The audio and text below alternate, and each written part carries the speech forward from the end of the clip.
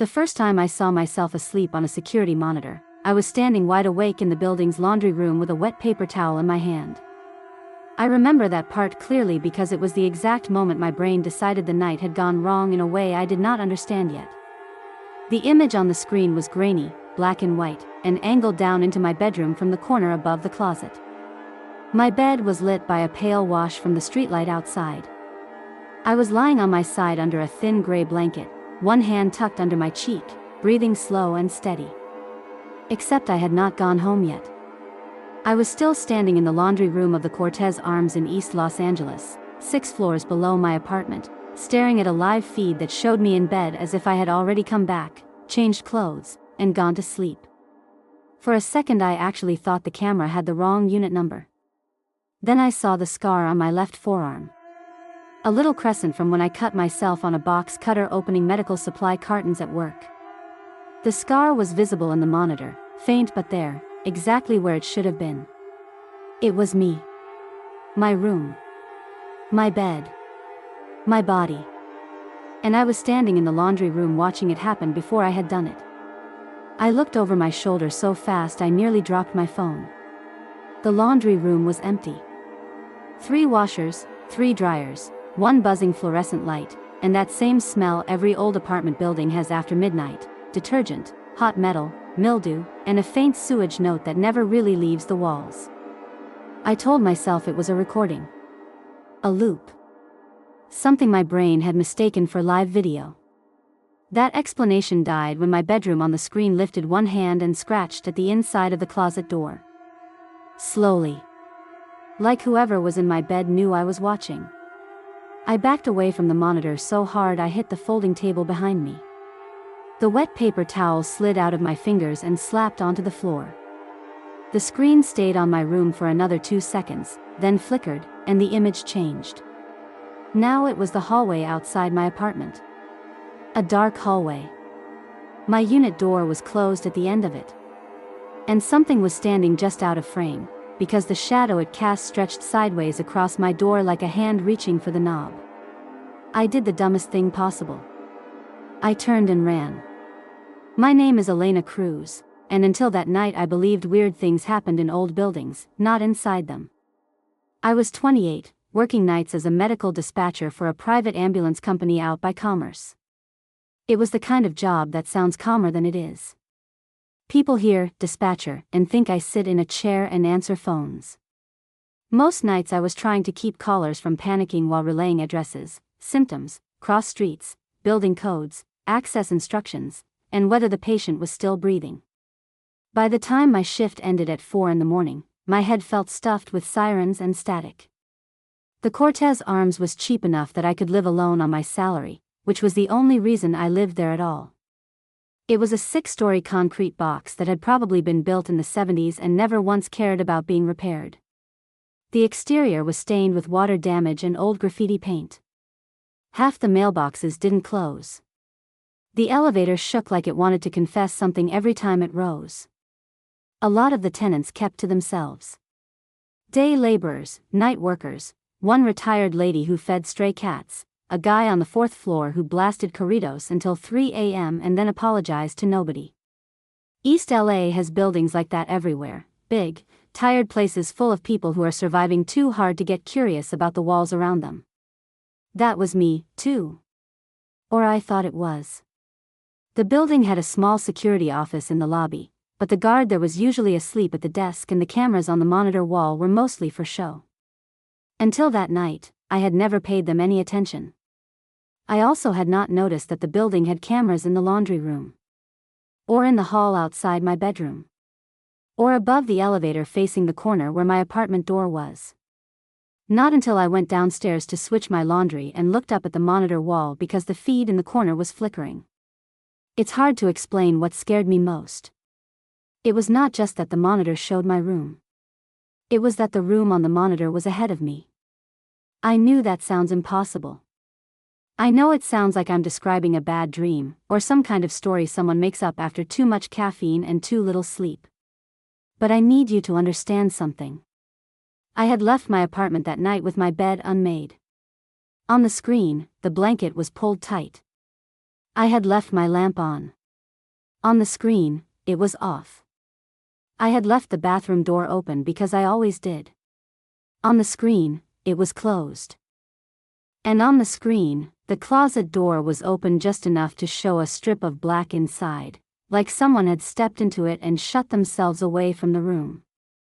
I did not go back to my apartment after that. I went to the lobby, still half running, and found Mr. Salazar at the security desk. He was the night guard, though guard made it sound more official than it was. He was a small man in his 60s who wore his uniform shirt too tight and kept a rosary wrapped around his wrist like a bracelet. He looked up at me as I came in, one eyebrow lifted. "Miss Cruz," he said. "What happened to you?" I was breathing too hard to answer properly. "Your cameras," I said. "My apartment. I just saw." He turned in his chair and glanced at the monitor wall. "Saw what?" I pointed. "My unit. 5C. He squinted. "That camera hasn't worked in months." I remember laughing once. Not because it was funny. Because my body did that thing where it tries to turn fear into nonsense before your mind can catch up. "No, it works," I said. "I just saw my room. Me, asleep. On the monitor." Mr. Salazar looked at me for a long second, then reached for the keyboard and tapped a few keys. The screens shifted. A dozen black and white images appeared: stairwells, the front entrance, the parking lot, the rear alley, the laundry room. And my bedroom. Still there. Still showing me asleep. Only now, on the screen, the figure in the bed had changed. The body under the blanket was still mine, but the head was turned away from the camera. I could see the back of my hair spread across the pillow. I had never once slept facing that direction in my life. My skin went cold. Mr. Salazar leaned closer to the monitor. "That's impossible." "What is it doing?" I whispered. He did not answer right away. His face had gone tight in the way some older men's faces do when they are trying to decide whether to tell the truth or protect you from it. Finally he said, "Maybe someone is messing with you." "With what?" I asked. "There's no camera in my apartment." He looked at me then, and I saw the exact moment he realized I believed that less than he did. He turned back to the screens. "Stay here." He stood up so fast the chair rolled back and hit the wall. He went into the office behind the desk and came out with a ring of keys and a flashlight. "I'm checking the wiring room," he said. "If someone patched a line into the system, I'll find it." I should have stayed in the lobby. Instead I followed him. I know how that sounds. Every horror story has a moment where the person does the wrong thing and you want to shout at them through the screen. But in that moment I was not making a movie decision. I was trying to keep the only other human being in the building from walking toward the same thing I had just seen. We took the service stairwell up one floor, then another, then another. The building's guts were louder than I remembered. Pipes ticking. Distant bass from someone's apartment. A dog barking in a unit somewhere above us. The flashlight beam moved over cracked paint and old cigarette burns and names carved into the concrete railings. Mr. Salazar stopped on the 4th floor and opened a locked metal door marked "Authorized Personnel Only." A hot electrical smell drifted out. "Wiring closet," he muttered. Inside, the space was cramped and ugly. Bundles of cables ran along the walls in tangled channels. A switch box sat beneath a dust-coated shelf. There was no sign of anyone in there. Then Mr. Salazar angled his flashlight toward the far wall and froze. At first I did not understand what I was looking at. There was a mirror mounted to the wall. Not a normal mirror.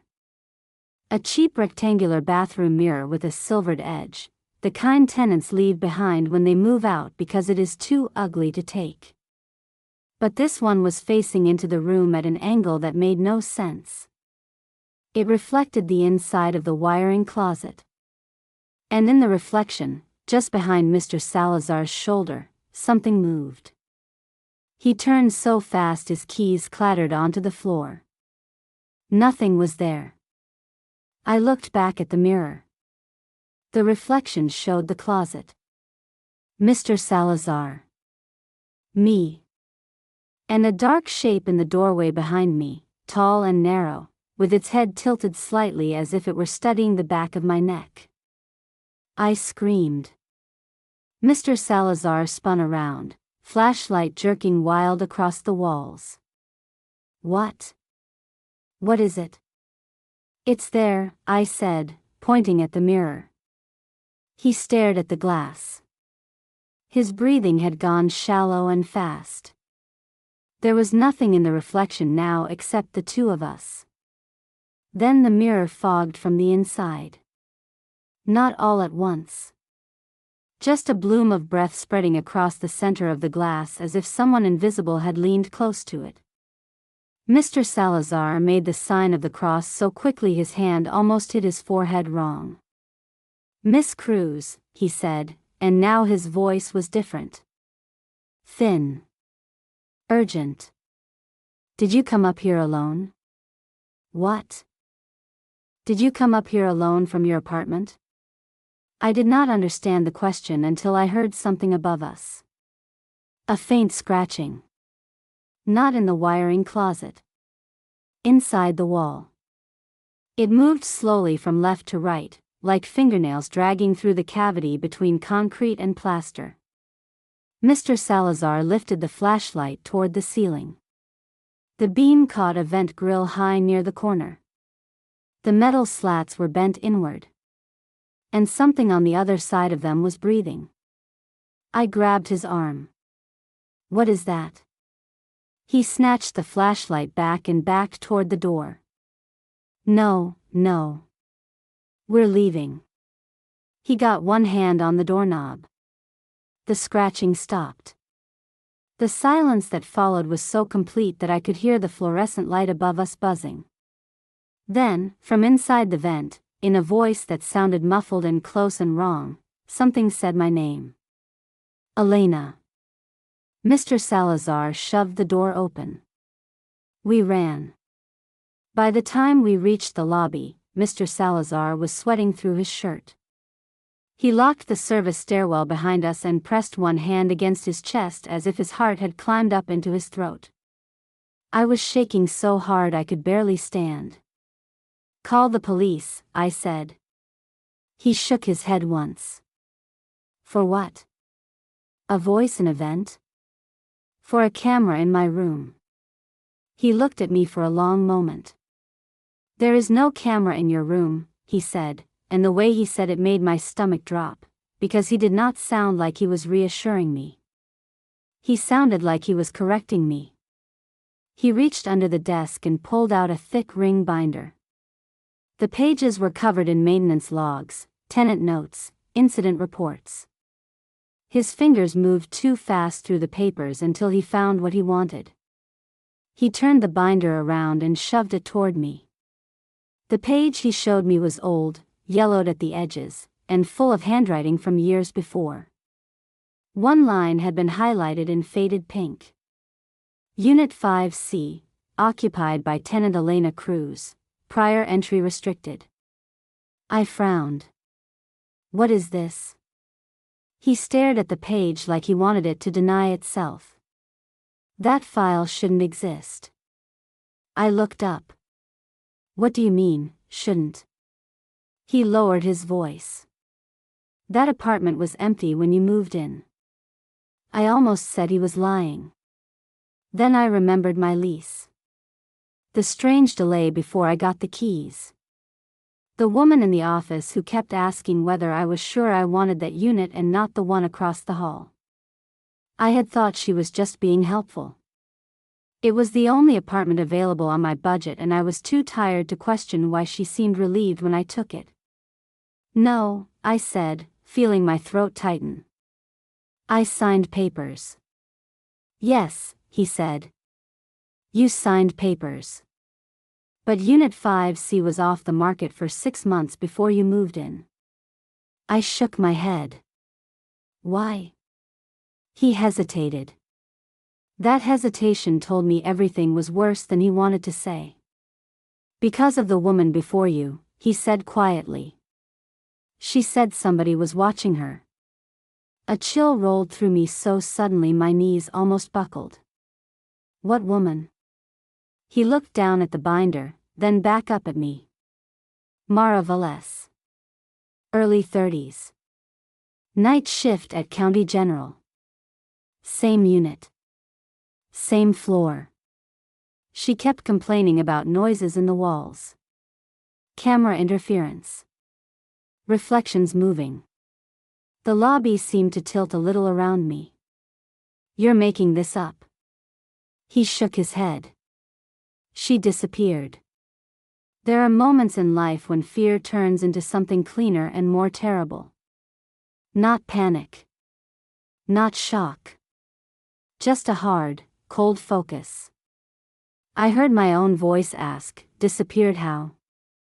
Mr. Salazar swallowed. "She left for work one night and never came home. Lease was still active for 3 more weeks. Phone stayed in the apartment. Keys were found on the kitchen counter." "And the police?" He gave me a look that told me the police had been called and found the story too ugly, too ordinary, or too impossible to keep pushing. Then he said, "Her mother came by once. She asked if the building had mirrors in the walls." I stared at him. He looked exhausted now, old in a way he had not looked 10 minutes earlier. "I thought she was grieving and confused," he said. "But after that, I started finding things. Little things. Mirror tiles where there shouldn't be any. Ductwork where there shouldn't be ductwork. People saying they saw movement in their vents." I glanced toward the lobby ceiling. The air vent above the desk sat dark and still. "Why didn't you tell anyone?" I asked. He laughed once, bitter and humorless. "Who do you think would come?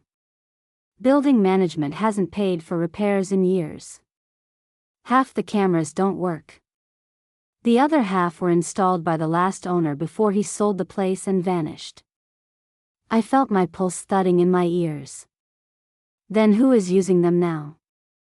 He didn't answer. Instead he looked past me, toward the monitors on the wall. I followed his gaze. The feed from my bedroom had gone black. Then a shape appeared in the darkness. At first I thought it was just a shadow crossing the lens. Then the shape unfolded upward, and I realized I was looking at a person standing in my room. Not on the bed. Beside it. Tall, thin, one arm hanging too close to the wall. The image was grainy, but I could make out enough to know it was facing the camera. Facing me. And though I was standing in the lobby 3 floors below, the figure on the screen lifted one finger to its mouth. A silent shush. Mr. Salazar made a choking sound beside me. On the monitor, the figure turned its head toward the closet. Then the bedroom light clicked on. I hadn't turned it on. Neither had Mr. Salazar. The camera image brightened just enough for me to see the closet door swing slowly open from the inside. And something inside that closet was standing where my clothes should have been hanging. Something that looked wet. Something that looked like it had learned how to wear a human shape by watching from the walls. Then the monitor went white. Every screen in the lobby flashed at once. And from somewhere above us, from inside the building's bones, I heard my apartment door unlock. I was still staring at the dead white monitors when the elevator at the far end of the lobby dinged softly behind me.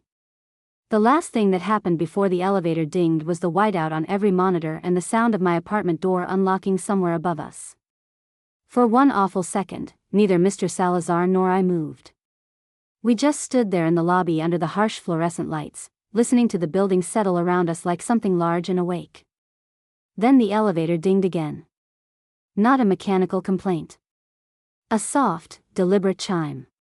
Like somebody had pressed the button from the inside. Mr. Salazar backed away from the desk so fast he hit the wall behind him. "Do not go up there," he said. I stared at the closed elevator doors. "What do you mean, do not go up there?" "That's my apartment." He swallowed hard. "Then it knows that." The elevator doors slid open. The cab was empty. That should have been a relief. Instead, it made the whole thing worse, because the air inside was wrong. Too still. Too cold. I could see the fluorescent strip in the ceiling of the car flickering weakly, and something about the floor of it bothered me. There was water on the tile. A thin, dark wetness spread across the threshold and dripped onto the lobby floor. Mr. Salazar raised the flashlight. The beam trembled in his hand. "Miss Cruz," he said, and now he was using the voice people use around wild dogs or badly injured relatives, "we leave. Right now. We leave and come back with police." I should have listened. Instead, I took one step toward the elevator. I do not know why. Maybe it was my room showing up on the monitor. Maybe it was the feeling that if I ran, whatever had been watching me would not stay in the building. Maybe it was the stupid human part of my brain that still thought this had to make sense if I just got close enough to the source. "Wait," Mr. Salazar said. I looked at him. He had gone very pale. "You hear that?" At first I thought I didn't. Then I did. A sound coming from inside the elevator shaft. A slow, wet breathing. Not from the car. From behind it. As if something was pressed flat between the back wall of the elevator and the shaft itself, breathing through the seams. The doors started to close. I stumbled back on instinct, and the doors shut with a smooth final click. The lobby was silent again. Then the elevator began moving upward. Not because anyone was in it. Because something wanted to go to the 6th floor. I broke. That was the first time in my life I felt my mind starting to split away from my body. I was suddenly aware of my hands, my heartbeat, the ache in my shoulders, and none of it felt attached to me anymore. "No," I said, and my voice came out thin and ugly. "No, no, no." Mr. Salazar grabbed my elbow. "We are leaving." He pulled me toward the front entrance, but before we reached it I heard my phone vibrate in my pocket. One sharp buzz. Then another. Then another. I fumbled for it with numb fingers. Unknown number.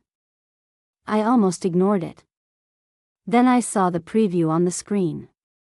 A still image. Black and white. My bedroom.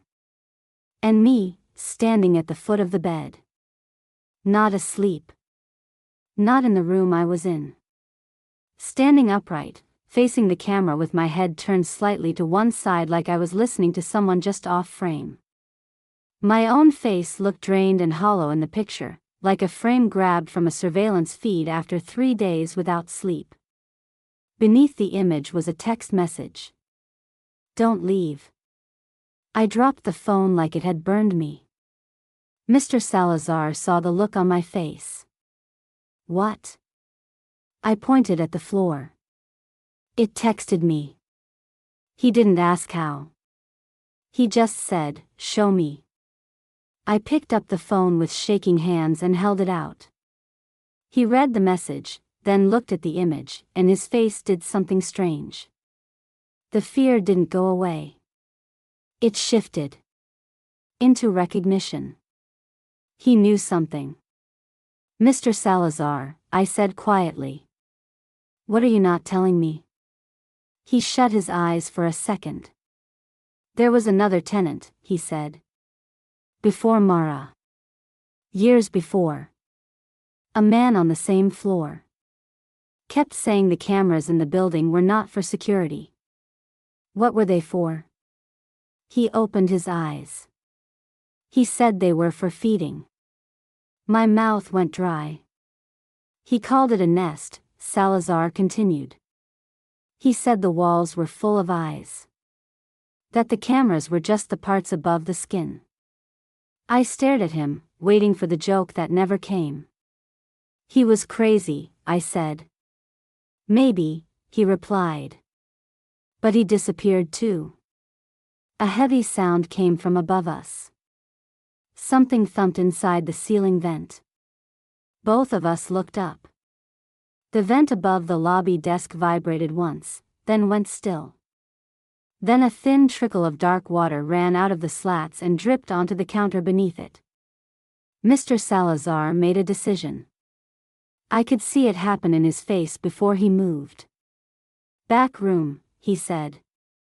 Now. He pushed through the office door behind the desk and motioned me in after him. I had seen that room before only once, when I first signed my lease. It was barely bigger than a storage closet, with a metal desk, a filing cabinet, a wall phone, and a second door that led into the building's maintenance corridor. Mr. Salazar slammed the office door shut behind us and locked it. Call 911, I said. I am. He picked up the wall phone, slammed a line, and put the receiver to his ear. Nothing. He frowned and tried again. No dial tone. He held up the handset, glanced at the cord, and then his expression changed so fast I knew something behind him had made a noise. I turned. There was a mirror on the wall near the filing cabinet. I had not noticed it before. The reflection showed the office. Mr. Salazar at the phone. Me, standing near the door. And behind me, in the reflection only, the maintenance corridor door had opened a few inches. A dark gap. Something inside it breathing. I spun around. The door was closed. When I looked back at the mirror, the gap was wider. Something pale moved across the opening in the reflection, slow and finger-like, as if a hand were sliding along the far side of the door from the inside. Mr. Salazar saw my face and turned. What? I couldn't speak. I just pointed at the mirror. He looked. And whatever he saw there made him drop the phone. The receiver hit the desk and started crackling with dead static. In the reflection, the maintenance door opened all the way. Nobody stepped through. Instead, a shape leaned into view from behind the frame, impossible to see directly but clear in the mirror, a head too narrow, shoulders tucked in awkwardly, skin or something like skin stretched shiny over the face. Its eyes were dark holes. The mouth was not quite open. Then the shape did something that made my stomach lurch. It smiled. Not a human smile. Not even an animal one. A practiced smile. A copy of one. Mr. Salazar stumbled backward into the desk. No, he whispered. Then the office lights went out. The room dropped into darkness so complete I could not see my own hand in front of my face. The only light came from the mirror. Not a reflection of the room anymore. A light inside it. Dim, gray, like moonlight shining through water. And in that pale glow, the thing in the mirror stood directly behind me. I screamed and turned, slamming my shoulder into the wall. Nothing was there. I turned back to the mirror. The thing was closer now.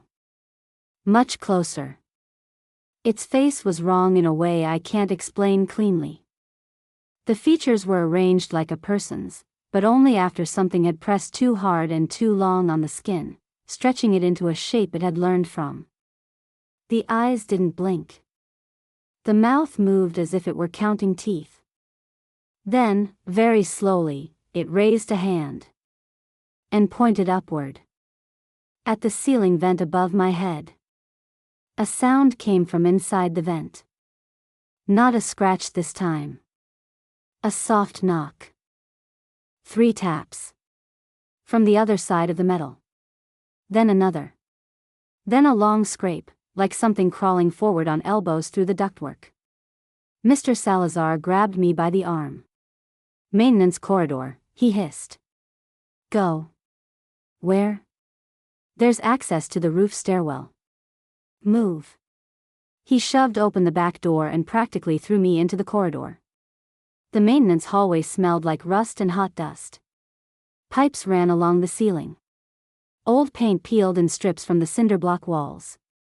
Emergency exit signs glowed red at the far end. We ran. Behind us, from the office, something slammed into the door hard enough to rattle the frame. Then again. Then the sound changed. The pounding was coming from the walls now, not the door. From inside them. As if whatever was after us had not stayed in the office at all. Mr. Salazar sprinted ahead, flashlight bouncing wildly over locked utility closets and welded pipe valves. I could hear his breath, ragged and frightened. Mine came in sharp, painful pulls that made my chest hurt. We reached the stairwell door and yanked it open. The light inside was dimmer than the hallway, the concrete steps stained and chipped. We started up 2 at a time. Halfway to the next landing, Mr. Salazar stopped so suddenly I nearly collided with him. "What?" I gasped. He pointed up. On the landing above us was a security camera. Not the usual kind. Not the square plastic dome in the lobby. This one was old, round, and mounted at the corner where the ceiling met the wall. Its lens was aimed directly at the stairs. At us. And underneath it, in black marker on the paint, someone had written, "5C is watching." I backed up 1 step. That wasn't there before. Mr. Salazar looked like he might be sick. "No," he said. It wasn't. The camera clicked. A tiny mechanical sound. Then the red recording light came on. Something in the stairwell above us moved. Not fast. Not dramatic. Just a subtle shift of shadow on the next landing. As if someone had leaned out from behind the wall to listen. I whispered, "Is somebody up there?" Mr. Salazar did not answer. He was staring at the camera. Or rather at what was happening inside its field of view. I followed his gaze and saw, with sudden nausea, that the camera image was being reflected in a small dirty pane of glass set into the stairwell door at the next landing. A safety window. Through it I could see the dark concrete stairs behind us. And at the very bottom, just outside the maintenance corridor, something was standing in the hallway. Not entering. Waiting. The thing from the mirror. Its head tilted. Watching us through the reflection. Then the image in the safety window changed. I saw my apartment door. Saw it open from the inside. Saw the bedroom light turn on. Saw myself, or something wearing my shape, sitting upright in my bed and staring at the closet. My knees nearly gave out. "Mr. Salazar," I whispered. "It's in my apartment." He looked once at the reflected image, then grabbed my wrist with shocking force. "Listen to me," he said, and his voice was suddenly hard, almost angry. "Whatever that is, it wants you to go home." I stared at him. He shook my wrist once for emphasis. "Do not." A crashing sound echoed from below us. The stairwell door at the floor beneath us had just been thrown open. Heavy footsteps moved into the stairwell. Coming up. Fast. Mr. Salazar shoved me toward the roof door. "Go." I ran. The roof access door was heavier than it should have been, and when I pushed through it the night air hit me so cold it felt unreal. The building roof was flat, tarred, and cluttered with rusted vents, old satellite dishes, and a row of locked utility boxes. The city stretched around us in a blur of streetlights and distant traffic. Somewhere below, a siren wailed and faded. I turned to hold the door open for Mr. Salazar. He was not there. The stairwell door behind me stood ajar, but the landing was empty. "Mr. Salazar?" No answer. I stepped backward, heart hammering. Then I heard his voice. Not from the stairwell. From the vent beside me. "Don't let it close." I spun toward the large metal exhaust vent on the roof. The slats were wide enough for a hand to fit through, maybe more. Dark air pulsed from it in short, damp bursts. Inside, something moved. My skin erupted with gooseflesh. Mr. Salazar's voice came again, but faint now, broken by static. "Elena, listen, there's a room." "What room?" I yelled. A hand shot out of the vent. Not Mr. Salazar's. Long fingers, slick with moisture, curling over the metal edge. I stumbled back and nearly fell. The hand gripped the vent and pulled. With a terrible scraping sound, the vent cover bent outward, and behind it I saw a narrow dark passage full of cables, dust, and something that looked like layers of old mirror glass embedded in the insulation. And then I saw the face. Not fully. Not enough to be clean. But enough. Pale. Shiny. Too close to the opening. Watching me from inside the roof. And behind that face, much deeper in the duct, lit by a weak and flickering security light, was a small rectangular space lined with cheap carpet and broken mirrors. A room. Inside the walls. I heard myself whisper, "Oh my God." The thing in the vent tilted its head, and for the first time I heard it clearly. Not the voice from before. Not my name. A new one. Soft, intimate, almost tender. "Come back to bed." Then the roof access door slammed shut behind me. And from the other side, in Mr. Salazar's voice this time, someone said, "Do not open it." I turned so fast I got dizzy. The voice came again from behind the locked roof door. "Please," it said. "Don't let her see me." I stood frozen, looking at the vent, then the door, then the dark city beyond the roof edge. And in the reflection of the nearest rooftop window, I saw myself from behind. Standing very still. Facing the vent. Except I was also standing in front of the window, and there was no one behind me. Then the reflection lifted its hand and placed a finger against the glass. Right where my throat should have been. That was when I understood something I should have understood much earlier. It was not just watching me. It had already learned how to stand where I was supposed to be. And when the roof door started rattling from the inside, I knew one of them was lying to me. The last thing I realized before the roof door started rattling was that one of the voices, either the one in the vent or the one behind the door, was lying. I just didn't know which one wanted me alive. The door shook again. Harder this time. Metal grinding against the frame. "Elena," Mr. Salazar's voice said from the other side, strained and uneven. "It's me. Don't listen to it. Open the door." At the same time, the thing inside the vent shifted closer. I could hear it dragging itself forward through the narrow space, skin, or whatever it had, sliding against the metal and glass inside the duct. "Don't," it whispered. That voice was softer. Closer. It sounded like it was right behind my ear, even though I was staring directly at it inside the vent. "If you open it," the thing said gently, "you'll let it out."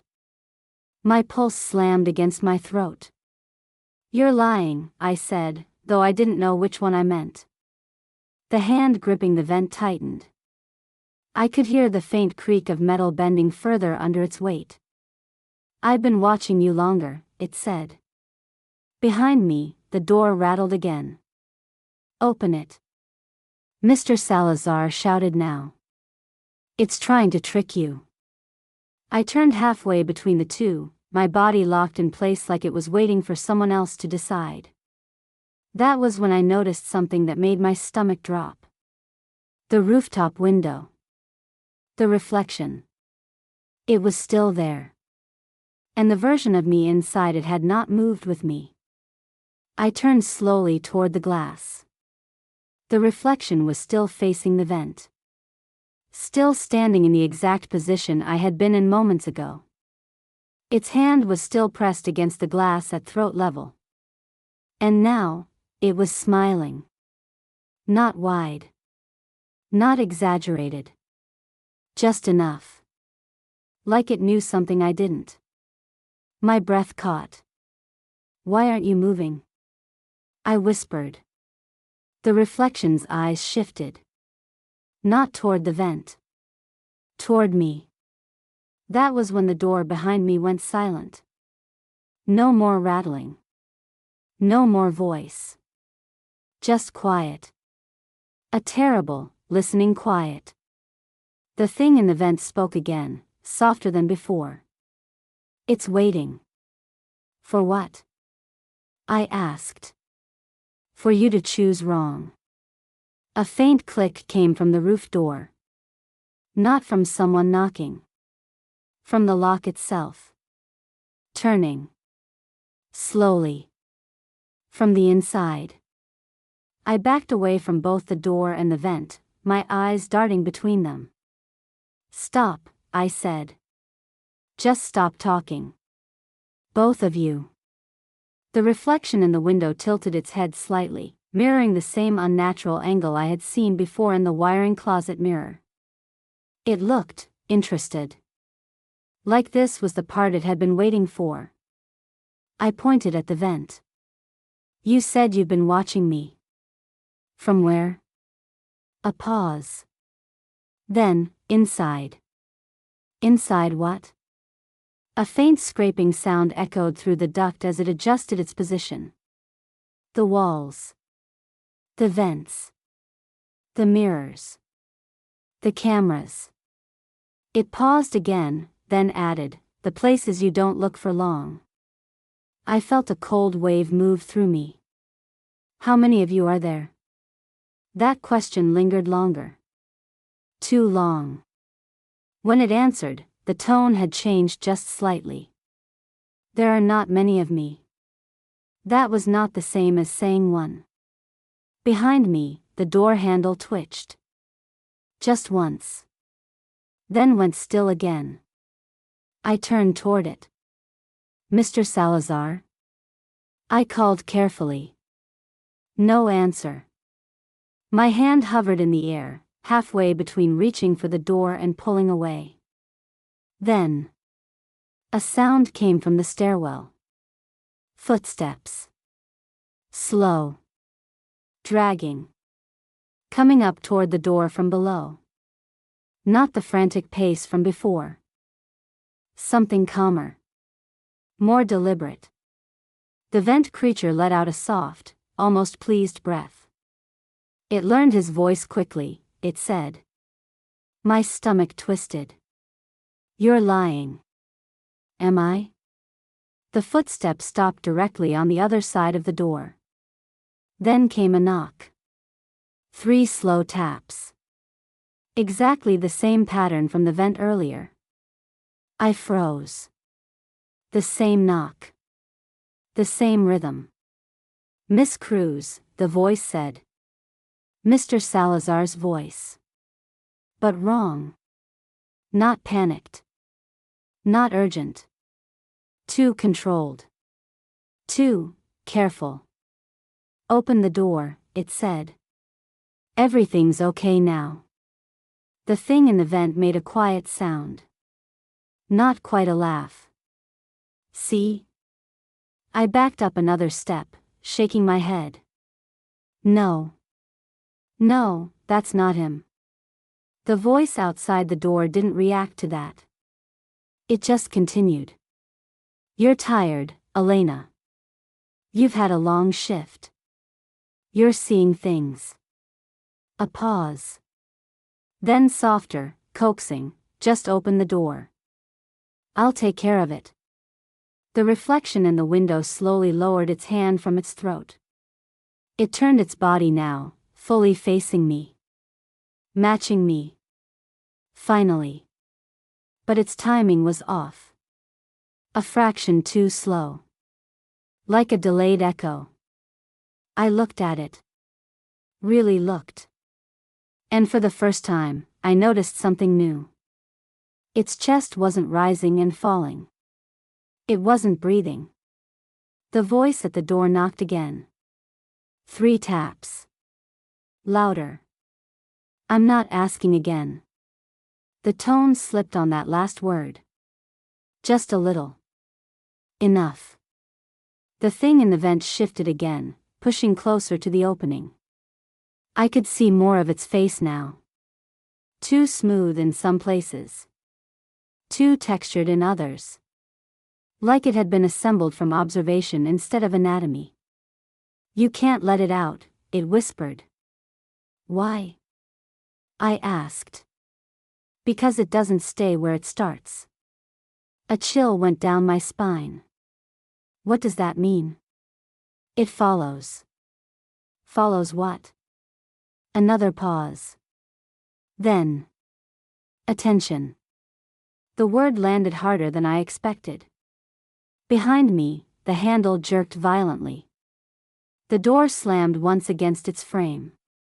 Open it, the voice roared, losing all pretense now.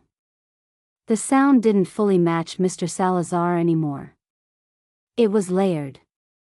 Like 2 or 3 tones speaking at once.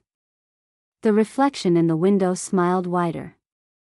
I turned away from it and looked at the edge of the roof. 6 floors down. Concrete and a narrow alley. No easy way out. No fire escape on this side. The only way back inside was the door behind me. Or. I glanced at the vent again. The opening was wider now. Too wide. Enough for a person to crawl into. Darkness stretched inside it, broken only by faint glints of mirror fragments embedded along the interior like scales. The thing inside the vent withdrew slightly, making space. An invitation. You can hide, it said. Where? With me. My chest tightened. That's not better. It is quieter. The door behind me shook again, harder this time. Something slammed into it from the inside with enough force to bow the metal. A crack formed near the lock. It's almost through, the vent thing said. I looked between the door and the vent, my mind racing, trying to calculate something that didn't have numbers. Why are you helping me? I asked. That question hung in the air. Long enough that I thought it wouldn't answer. Then it said. I didn't learn you to lose you. Something inside the stairwell let out a sound. Not a human sound. A distorted, rising shriek that cut off suddenly like it had been strangled. The door handle snapped downward. The cracked lock gave way with a sharp metallic pop. The door burst inward. And standing in the doorway was Mr. Salazar. Except. He wasn't alone. Something was pressed against his back. Not behind him. Against him. Like a shadow that had weight. His face looked wrong. Not reshaped. Not melted. Just slightly delayed. Like his expressions were arriving a second too late. Elena, he said, breathing hard. I told you not to run. His eyes flicked once, not at me. At the vent. Then back. That was when I noticed his reflection in the rooftop window. It didn't match. The reflection was still stepping into the doorway. Still one movement behind. Just like mine had been earlier. Just like everything else in this building. Out of sync. Watching. Learning. I took a step back. Stay where you are, I said. He smiled. But it wasn't his smile. It was the same practiced curve I had seen in the mirror. Behind me, the vent thing whispered. Now you see it. Mr. Salazar, whatever was wearing him, took one slow step onto the roof. You don't need to be afraid anymore, he said. And as he spoke, I heard something else. From inside the stairwell. Another voice. Faint. Muffled. Desperate. Also, Mr. Salazar. Don't. The sound cut off violently. The thing in the doorway tilted its head. Then took another step toward me. I felt the open vent at my back. The dark passage behind me. The door in front of me. The reflection watching everything. And I understood something with absolute clarity. There was no safe direction. Only a choice of what kind of wrong I was willing to step into. Mr. Salazar's copy raised a hand toward me. Come here, it said. Behind me, from the vent. Come inside. And in the window, my reflection did something I hadn't done yet. It stepped backward. Into the glass. Disappearing into whatever was on the other side. Leaving me alone on the roof. With something wearing a man. And something waiting inside the walls. And nowhere left to stand that still felt like mine. The last thing that happened before I realized I had nowhere left to stand was my reflection stepping backward into the glass and disappearing. For a split second, I thought I was looking at an escape route. Then I understood it was showing me where it wanted me to go. Mr. Salazar, or whatever was wearing him, stood in the roof doorway with that delayed, wrong smile, and the thing in the vent whispered for me to come inside. I was trapped between two mouths. I backed toward the edge of the roof without taking my eyes off either of them. Don't come closer, I said. The one in the doorway lifted his hands in what might have been a calming gesture if his elbows hadn't bent just a little too far. Elena, he said softly. You're making this harder than it needs to be. The voice behind me answered before I could. She always does. I spun. The vent opening had widened enough for half a body to fit through now. The thing inside was no longer pretending to stay hidden. One shoulder, one forearm, part of a pale, wet-looking chest had pushed into view. Its skin looked slick in the weak rooftop light, as if it had been living somewhere without air. It watched me with those dark, depthless eyes. Then, very slowly, it lifted a finger and pointed not at me, but at the thing wearing Mr. Salazar. That bothered me more than almost anything else that night. Because the thing in the vent was afraid of the thing in the doorway. Or angry. Or both. The rooftop air had gone still. Even the city noise felt distant, muffled by the concrete walls around us. Mr. Salazar's copy took another step forward. You can still make this easy, it said. Just come back downstairs. Downstairs. That word hit something in my memory. Not a memory exactly. More like a feeling of a memory. A thread tugging loose at the edge of my mind. The apartment below. My bedroom. The open closet. The white screens. The text message. Don't leave.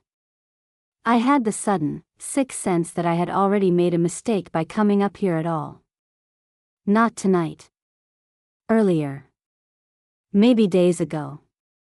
Maybe the first time I moved into that unit and ignored the feeling that someone had been waiting for me behind the walls.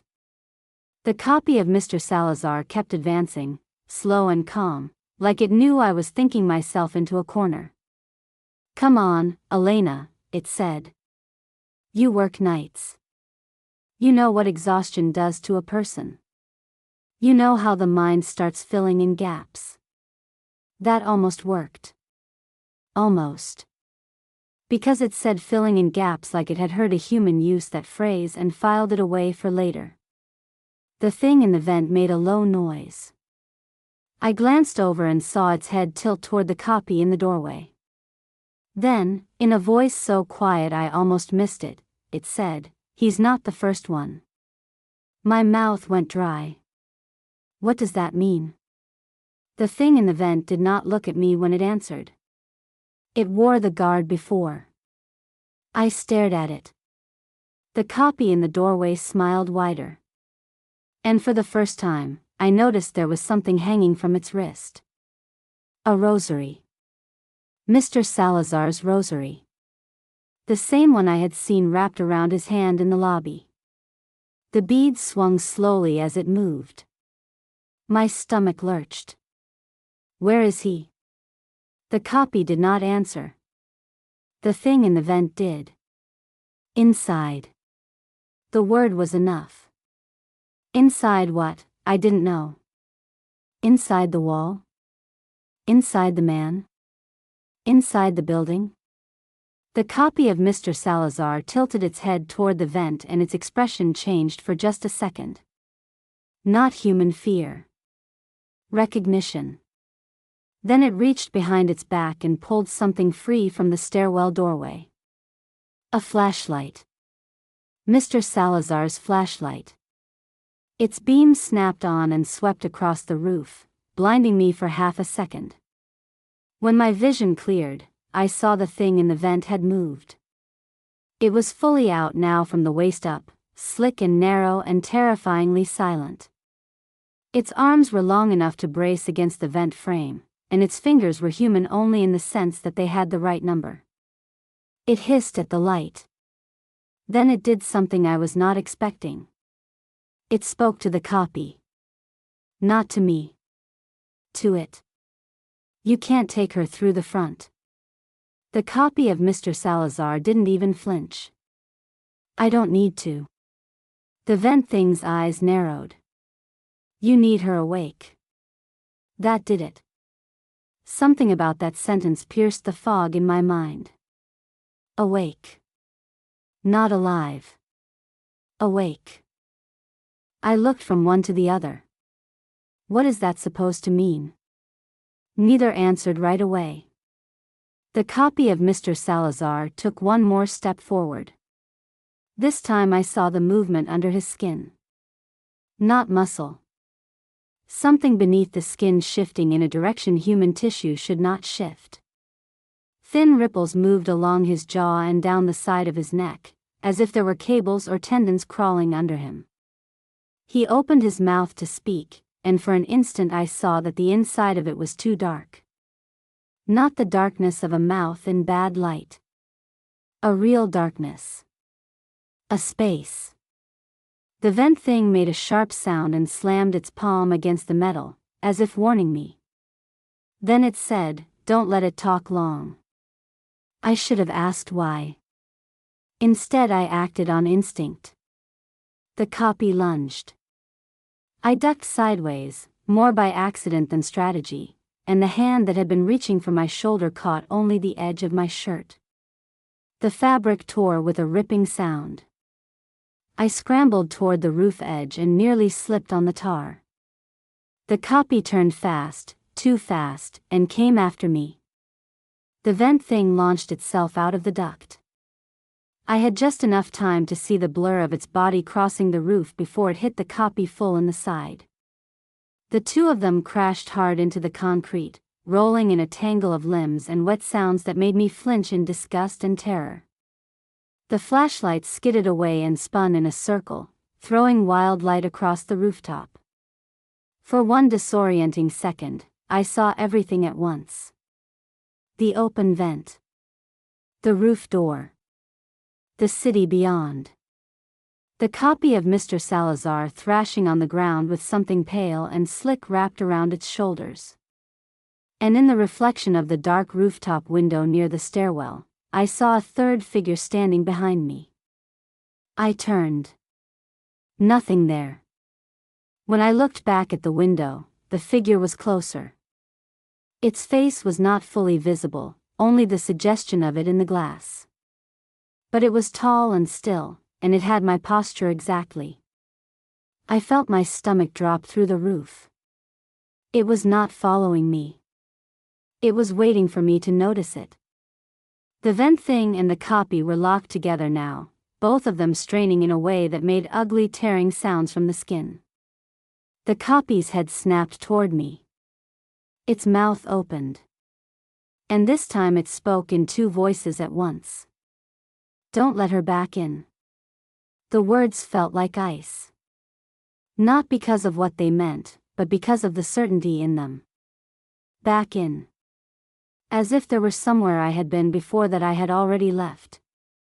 The vent thing froze on top of it. Then, with a violent jerk, it shoved something into the copy's mouth. At first I thought it was a piece of metal from the duct. Then I saw the shape. A shard of mirror glass. The copy convulsed. Its body arched off the roof. The sound it made was not a scream. It was more like a wet gasp from deep underwater.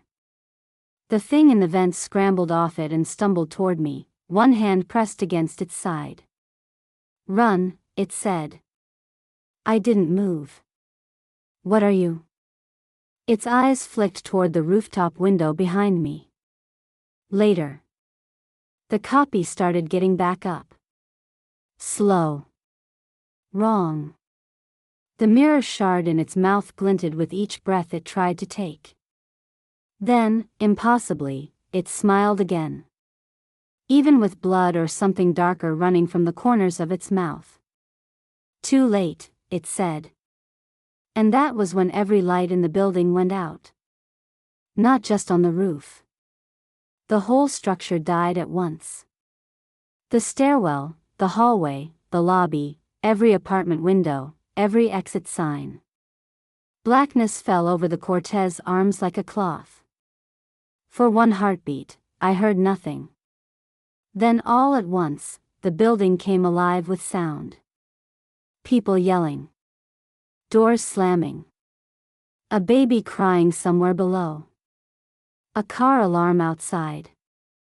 And under all of it, from inside the walls, a low rushing noise like water moving through a pipe. The rooftop window behind me flashed with static. I looked at it and saw no reflection at all. Only the inside of my apartment. My bedroom. Lit by the pale glow from a streetlight outside. The bed was empty. The closet door was open. And in the corner of the room, right where the camera view should not have reached, something was standing in the shadow between the dresser and the wall. Watching the camera. Watching me. The vent thing saw it too. Its whole body went rigid. "No," it whispered. The copy, still half upright on the roof, let out a sound that almost resembled laughter. "You see," it said to me, and now its voice was slipping farther and farther away from anything human. "It's already back downstairs." The rooftop door behind me banged once. Then again. A pounding from the stairwell. Not the copy. Not Mr. Salazar. Too many hands. Too many impacts. Something was climbing the stairs in a hurry, dragging against the metal rails. The vent thing grabbed my wrist hard enough to hurt. "There's a way out," it said. "But you have to move before it remembers the roof." "Who are you?" I whispered again, because fear had finally worn my mind down to one simple question. It looked at me, and I saw something like pity there. Or hunger. Or maybe both. "I was Mara's last mistake," it said. Then the stairwell door exploded inward. I screamed and stumbled back. A wave of shapes spilled into the roof access landing, too many to count in the dark, moving fast and awkwardly, each one wearing something that only barely made them look like people. One had a maintenance uniform. One had a tenant's bathrobe. One was bare-skinned and shining as if it had just climbed out of a drain. And in the middle of them, with his head bent low and his arms hanging at his sides, was Mr. Salazar. The real one. I knew it was him because he was crying. Not loudly. Just quietly, in a way that made my chest tighten. "Don't look at them too long," the vent thing hissed. But it was too late. The building's lights were gone, but the dark shapes on the roof were moving in that awful coordinated way I had already seen in the mirrors and cameras, as if something was transmitting their positions to each other through the walls. The copy on the ground laughed again. The figures from the stairwell turned toward me in unison. And behind them, in the black doorway, I saw the last thing I expected. My apartment door. Standing by itself in the stairwell. Open. With light spilling out from inside. Warm, yellow bedroom light. As if my apartment had been lifted out of the 6th floor and dropped here, at roof level, waiting for me to step inside. Mr. Salazar looked up at me through the crowd, his face pale and wrecked, and he mouthed one word without sound. Don't. Then the thing in my apartment stepped into the doorway. And it was wearing my face. The last thing I saw before everything started moving at once was my own face stepping into the doorway of my apartment on the roof. It wasn't a reflection. It wasn't a trick of the light. It was me, standing in the doorway, framed by that warm yellow bedroom glow, looking calmer than I had felt in hours. Behind it, my room looked exactly the way it had on the monitor earlier. Bed made. Lamp on. Closet open just enough to show darkness inside. And that thing, wearing my face, tilted its head and smiled like it had been waiting for me to catch up. The crowd of shapes on the roof shifted. Not chaotic. Not random. They parted. Like something important had arrived. The vent thing tightened its grip on my wrist. Don't look at it too long, it said again, sharper now. I tried to look away. I couldn't. Because the version of me in the doorway raised a hand and waved. Slow. Familiar. Exactly the way I wave when I'm trying to calm someone down. Elena, it said. My voice. Perfect. No delay. No distortion. Just me. You've been running in circles, it continued gently. Come inside. Behind me, the shapes from the stairwell began spreading across the roof, cutting off the edges, moving with that same quiet coordination that made my skin crawl. Mr. Salazar was among them, stumbling, trying to push against something I couldn't see. His mouth moved again, but no sound came out this time. The copy on the ground had stopped struggling. It lay there, head tilted back, the shard of mirror still lodged in its mouth. But it was watching. Waiting. The vent thing stepped in front of me, partially blocking my view of the doorway. That one is closer to you than the others, it said. What does that mean? I whispered. It means it learned you better. A chill spread through my chest. How? It didn't answer right away. Then, you sleep here. The word landed heavier than anything else so far. Sleep. Of course. Every night. In that room. In that bed. Surrounded by walls full of cameras, vents, mirrors. Places I never looked for long. Something inside me started connecting the dots, and I didn't like the picture it was forming. It's been watching me sleep, I said. The vent thing didn't correct me. That was worse than if it had. Behind it, the version of me in the doorway took one step forward, onto the roof. The light from the apartment stretched with it, spilling across the concrete like liquid. You're tired, it said softly. You don't have to fight this anymore. My knees felt weak. Not from fear. From something else. A heaviness creeping into my body, like my muscles were remembering something my mind wasn't. Rest. Comfort. The familiar weight of my bed. I blinked hard. No. The thing wearing me smiled wider. Yes, it said. The crowd shifted closer. Mr. Salazar stumbled forward again, breaking partially free from whatever was holding him back. Elena, he managed, voice cracking. One of the shapes grabbed him. Not roughly. Just enough. His body jerked like a puppet on a tightened string. The vent thing pulled me back a step. It's pulling you. I feel that, I said. The copy of me took another step forward. Now we were only a few feet apart. Close enough that I could see the details. My face. But smoother. Cleaner. No small imperfections. No faint scar on the forearm. No tension in the jaw. No exhaustion behind the eyes. It looked like a version of me that had been studied and then improved. That's not me, I whispered. It is, it replied immediately. Just without the noise. The words slid into my head in a way that felt wrong. Too easy. Too convincing. The vent thing stepped closer to me again, putting itself between us. That one doesn't need you alive, it said. Neither do you, I shot back. It paused. Then, quietly, no. At least it was honest. That helped. In a strange, terrible way, it helped.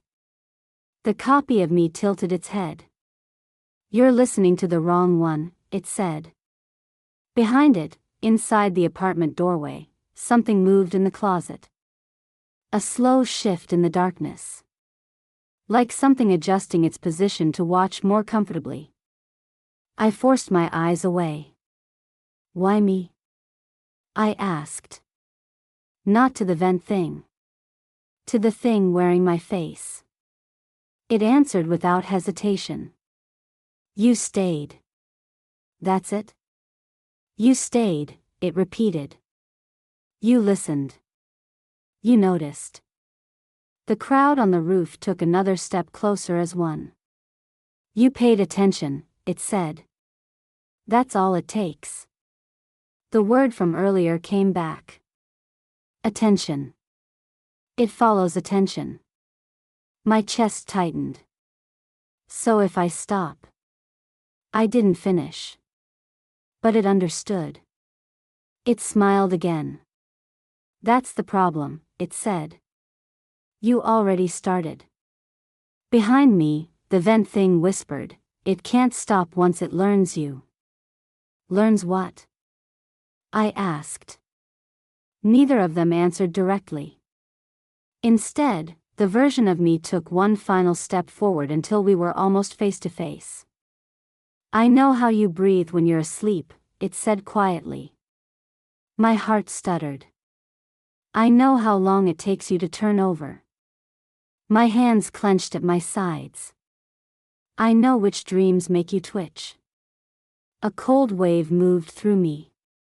And I know, it finished, when you're about to wake up. Something shifted in my head at that. Not fear. Recognition. A memory surfaced. Not clear. Not full. Just a fragment. Waking up in the middle of the night. Thinking I heard something in the closet. Not moving. Because I was too tired. Because I told myself it was nothing. Because I didn't want to look. My stomach dropped. You were there, I whispered. The thing wearing me smiled. I still am. Behind it, inside the apartment doorway, the closet door creaked open a little wider. The darkness inside seemed to lean forward. The crowd on the roof surged closer. The vent thing pulled hard on my arm. We have to go. Where? I asked. It turned its head toward the vent. The dark passage behind it. I told you, it said. There's a way out. That's not out, I said. That's away from it. The copy of me stepped even closer. So close I could feel the faintest hint of warmth from the light behind it. Or, it said gently, you can stop running. It reached out. Its fingers brushed mine. And for a second. Just 1 second. Everything went quiet. No roof. No crowd. No vent. No darkness. Just my room. My bed. Soft sheets. A familiar ceiling. The safe, small world I had built inside those walls. "You're exhausted," it whispered. And I realized something horrifying. I was. More than I had let myself feel. More than I had admitted. The kind of exhaustion that makes you stop questioning things. That makes you accept comfort without asking what it costs. My knees started to give. The vent thing yanked me back hard enough to break the contact. The illusion shattered instantly. The roof slammed back into place around me. The crowd surged forward. The thing wearing me frowned for the first time. "You're making this harder," it said. "Yeah," I whispered, breath shaking. "That seems to be a pattern tonight." The vent thing leaned close to my ear. "If you go with it," it said, "you don't come back out." I looked at the doorway. At my room. At the version of me waiting there. Then at the vent. Dark. Narrow. Unknown. Behind me, Mr. Salazar found his voice again, faint and broken. Not the room. The shapes tightened around him. The copy of me extended its hand again. "Last chance," it said softly. The vent thing pulled me toward the opening. "Now," it said. And in that moment, with everything closing in, I made a decision. Not because I trusted either of them. But because one of them had been honest about what it wanted. I turned. And dove into the vent. The last thing I heard before the darkness swallowed me was my own voice screaming from behind. "You were already inside." The last thing that happened before the dark swallowed me was hearing my own voice scream from behind me, "You were already inside." Then the vent closed over the sound, and the world became narrow, black, and wet. I hit the inside of the duct on my shoulder and slid forward on my stomach, choking on dust and old insulation. The metal was hotter than I expected in some places and ice cold in others, like the air inside the walls could not decide what temperature it wanted to be. Behind me, something slammed into the vent opening. Once. Twice. Then the whole duct shuddered with a deep metallic boom that made my teeth ache. "Keep moving," the thing ahead of me hissed. I could not see it clearly yet. Only the shape of it ahead in the dark, low and fast, dragging itself through the passage with a speed that made no sense for something that looked like it had bones in the wrong places. I grabbed the sides of the vent and crawled after it. The air smelled like old plaster, rust, and stale water.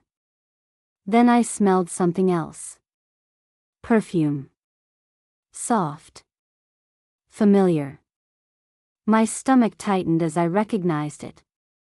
Not mine. Mara's. I knew it before I had any business knowing it, because some part of the building had already taught me that smell through the walls, through the air vents, through the mirrors that never stayed still long enough to trust. The thing ahead of me stopped. "You smell it," it said. I swallowed hard. "That's her." The shape in front of me shifted slightly, making room. "Yes." The duct opened into a wider section, and I found myself crawling into a cramped crawlspace lined with torn insulation and strips of old mirror backed into the framework like shards of ice. Thin cables ran along the beams, bundled together with ancient tape yellowed by age. In the middle of the crawlspace sat a folding chair. A real one. The seat was rusted. The vinyl had split at the seams. On it was a hospital visitor badge, faded almost to gray. Mara Valles. I stared at it. My throat tightened so hard it hurt. "Why is this here?" The thing behind me climbed in and pulled the vent panel shut with one long arm. The roof sounds vanished instantly, leaving only a faint hum in the walls. Because this is where she started noticing, it said. Started noticing what? It was close enough now for me to see more of it in the low emergency glow from somewhere deeper in the crawlspace. Not a full light. More like a faint red pulse from a security indicator hidden in the framework. Its face still looked wrong, but less like an imitation now and more like a thing that had been built from old impressions. Its skin had lines in it, long healed seams, as if it had been folded and unfolded too many times. One side of its neck glistened with wet streaks. There was a notch in its ear shaped like a bite mark. It looked at me and said that the building was listening back. My hands were shaking so badly I had to press one palm against the duct floor to steady myself. "Who are you?" I asked again. It did not answer right away. Instead it reached past me, opened a panel in the wall, and pulled out a bundle of wires braided with strips of black tape. There were tiny blinking lights attached to it. My pulse thudded. "What is that?" "A splice," it said. "Old system. New lines." Someone kept feeding the building signals. Who? It doesn't matter now. That's not an answer. It is if you're still alive. I hated that it had a point. The crawlspace widened into a narrow service passage I had never known existed. The ceiling was low enough that I had to crouch. The walls were lined with mirror fragments bolted at odd angles, some with dust, some with fingerprints I did not want to think about. Every surface returned pieces of me at different angles, an eye here, my mouth there, a shaking hand, the curve of my shoulder. None of the reflections agreed on where I was standing. "What is this place?" I whispered. "The part under the building that wasn't meant to be found." I turned to look back the way we came. The vent panel we had sealed behind us was already vibrating. Something was testing it from the other side. A sound came through the metal, low and deliberate. 3 taps. Then another 3. The thing beside me flinched, which scared me more than the tapping itself. "It's searching," it said. I stared at it. For me? For both of us. I wanted to ask 1,000 questions. I settled on the only one that mattered. What happens if it finds us? It looked at me for a long moment. Then it said, "Then the room opens again." I didn't understand that at first.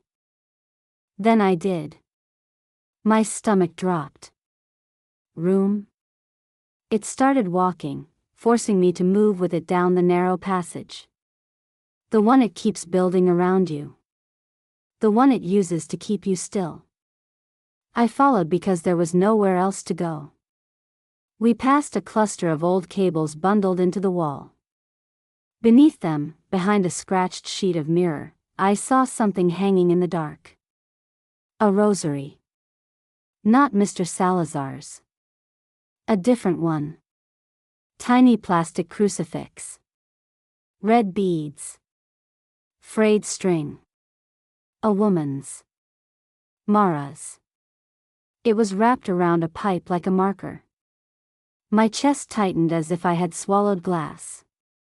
Did she die here? I asked. The thing didn't answer immediately. Then, not here.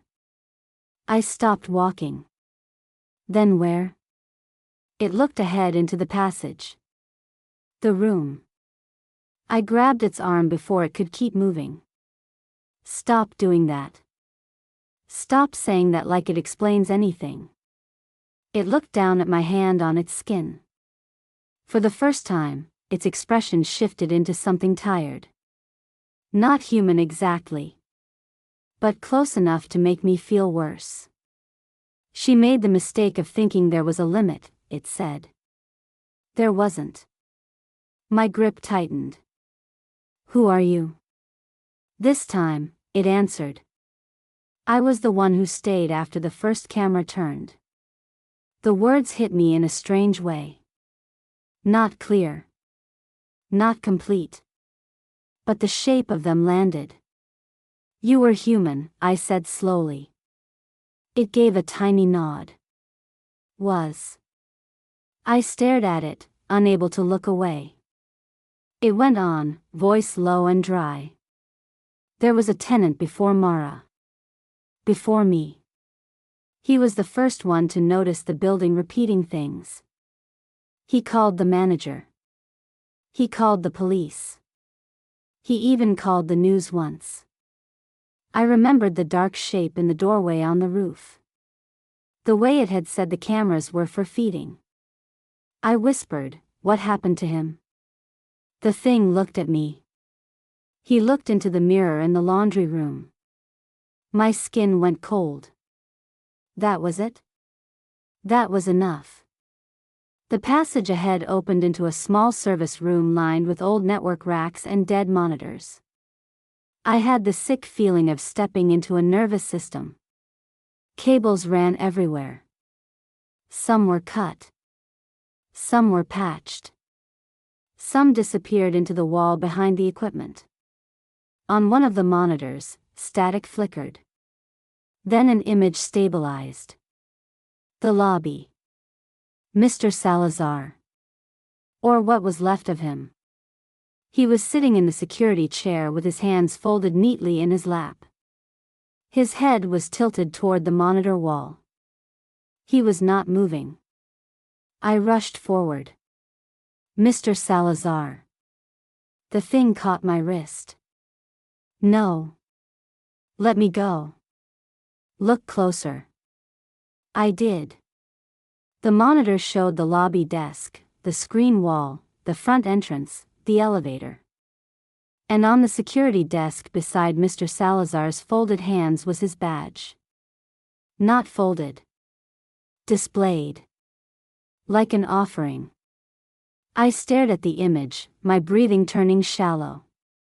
That was when Mr. Salazar on the monitor slowly raised his head. Not all the way. Just enough. He looked directly into the camera. Into me. And smiled with the exact same practiced, impossible smile I had seen in the mirrors.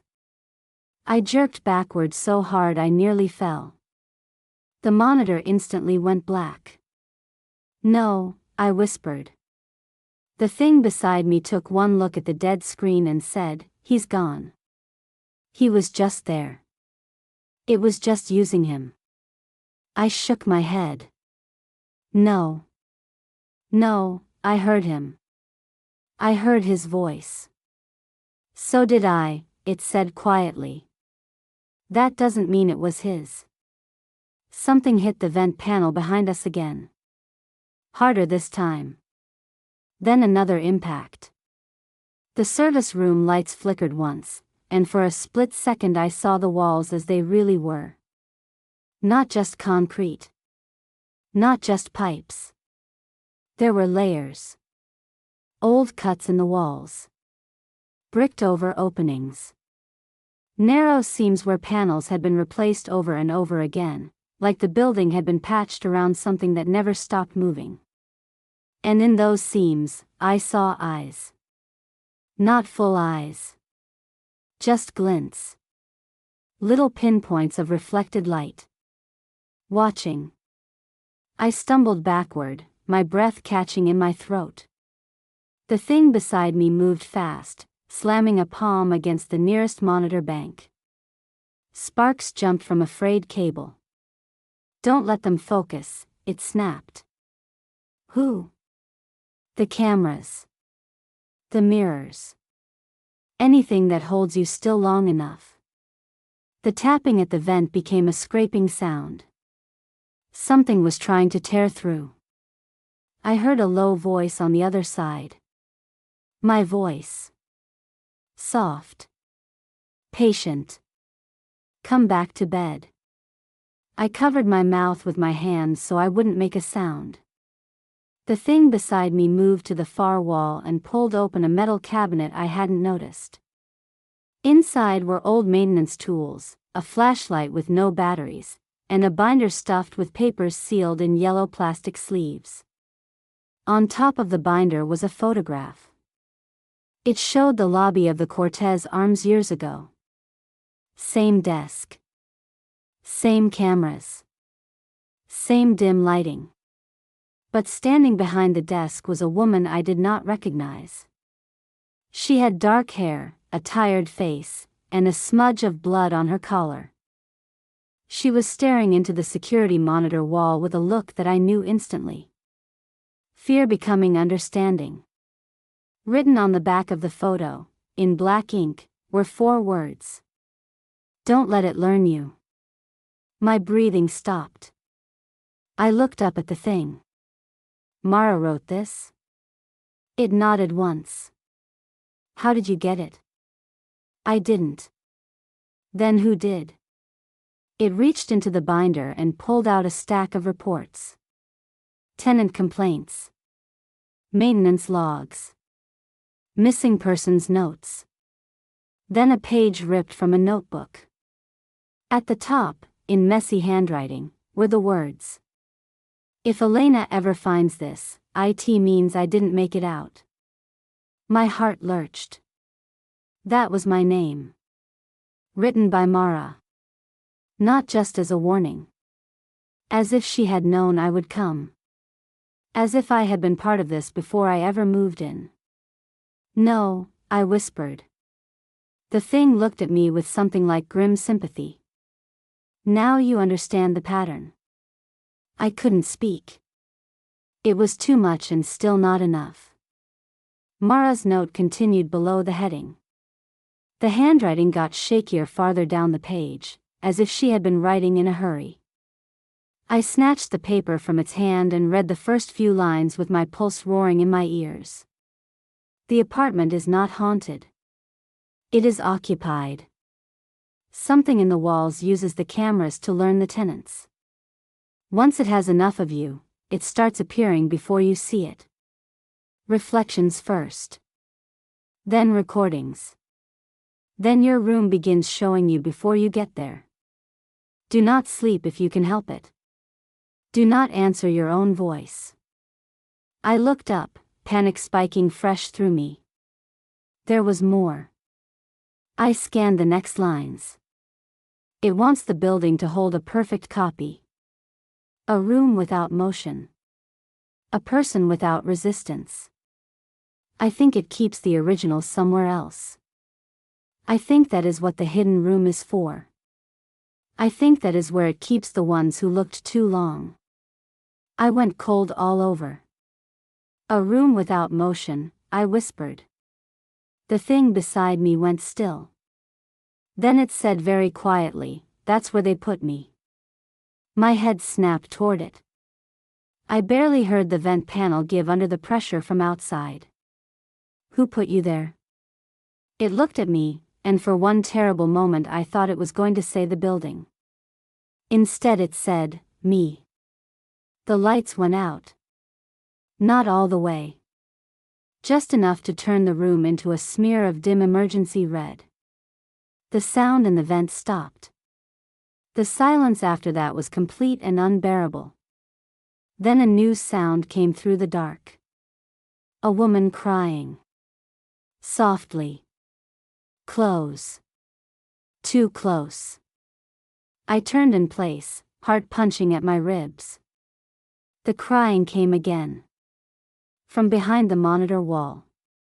Not from the vent. Not from the door. From inside the screens.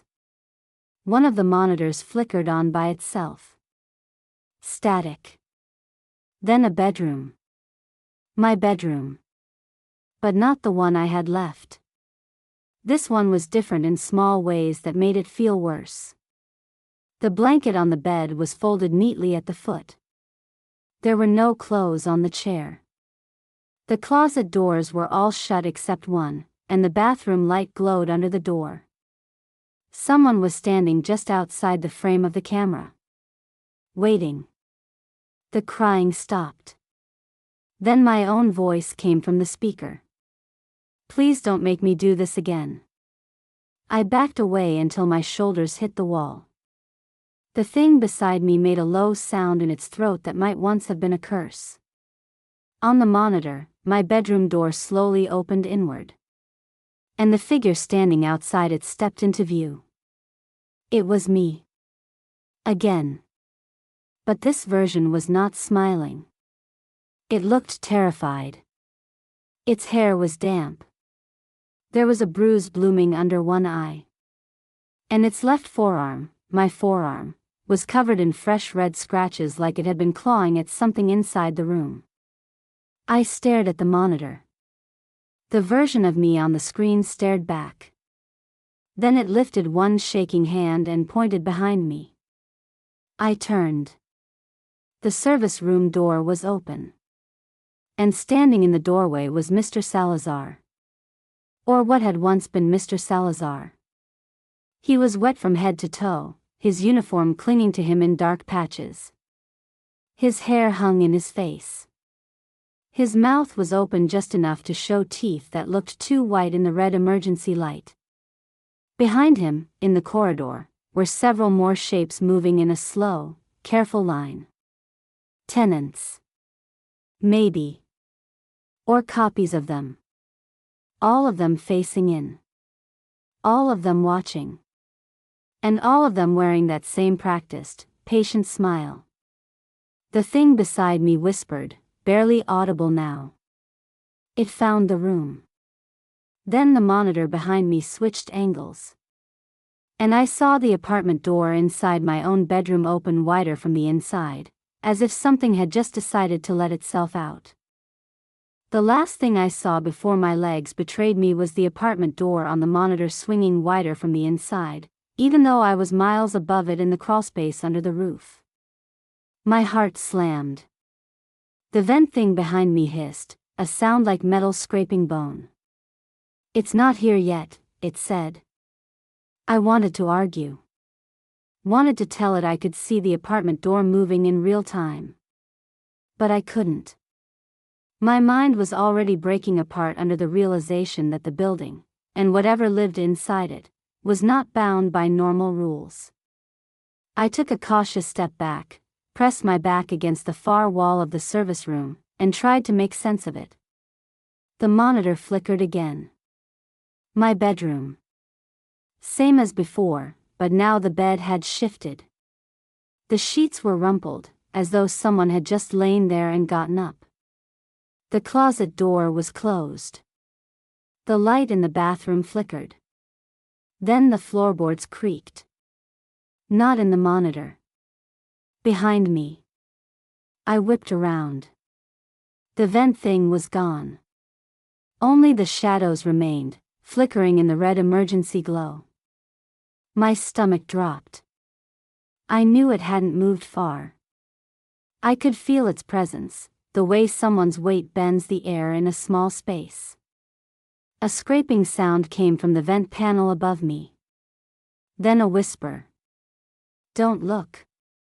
I didn't. I forced myself to stare at the monitor, at my bedroom door. And then I heard it, my own voice, soft and trembling. "Elena, come back." I flinched.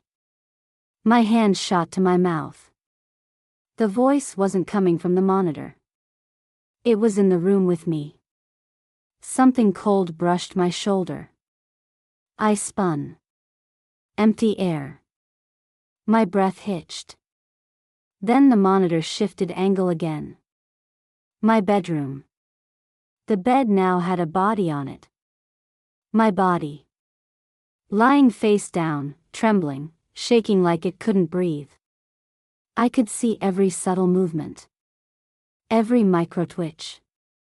Every shallow gasp. My stomach roiled. My knees buckled.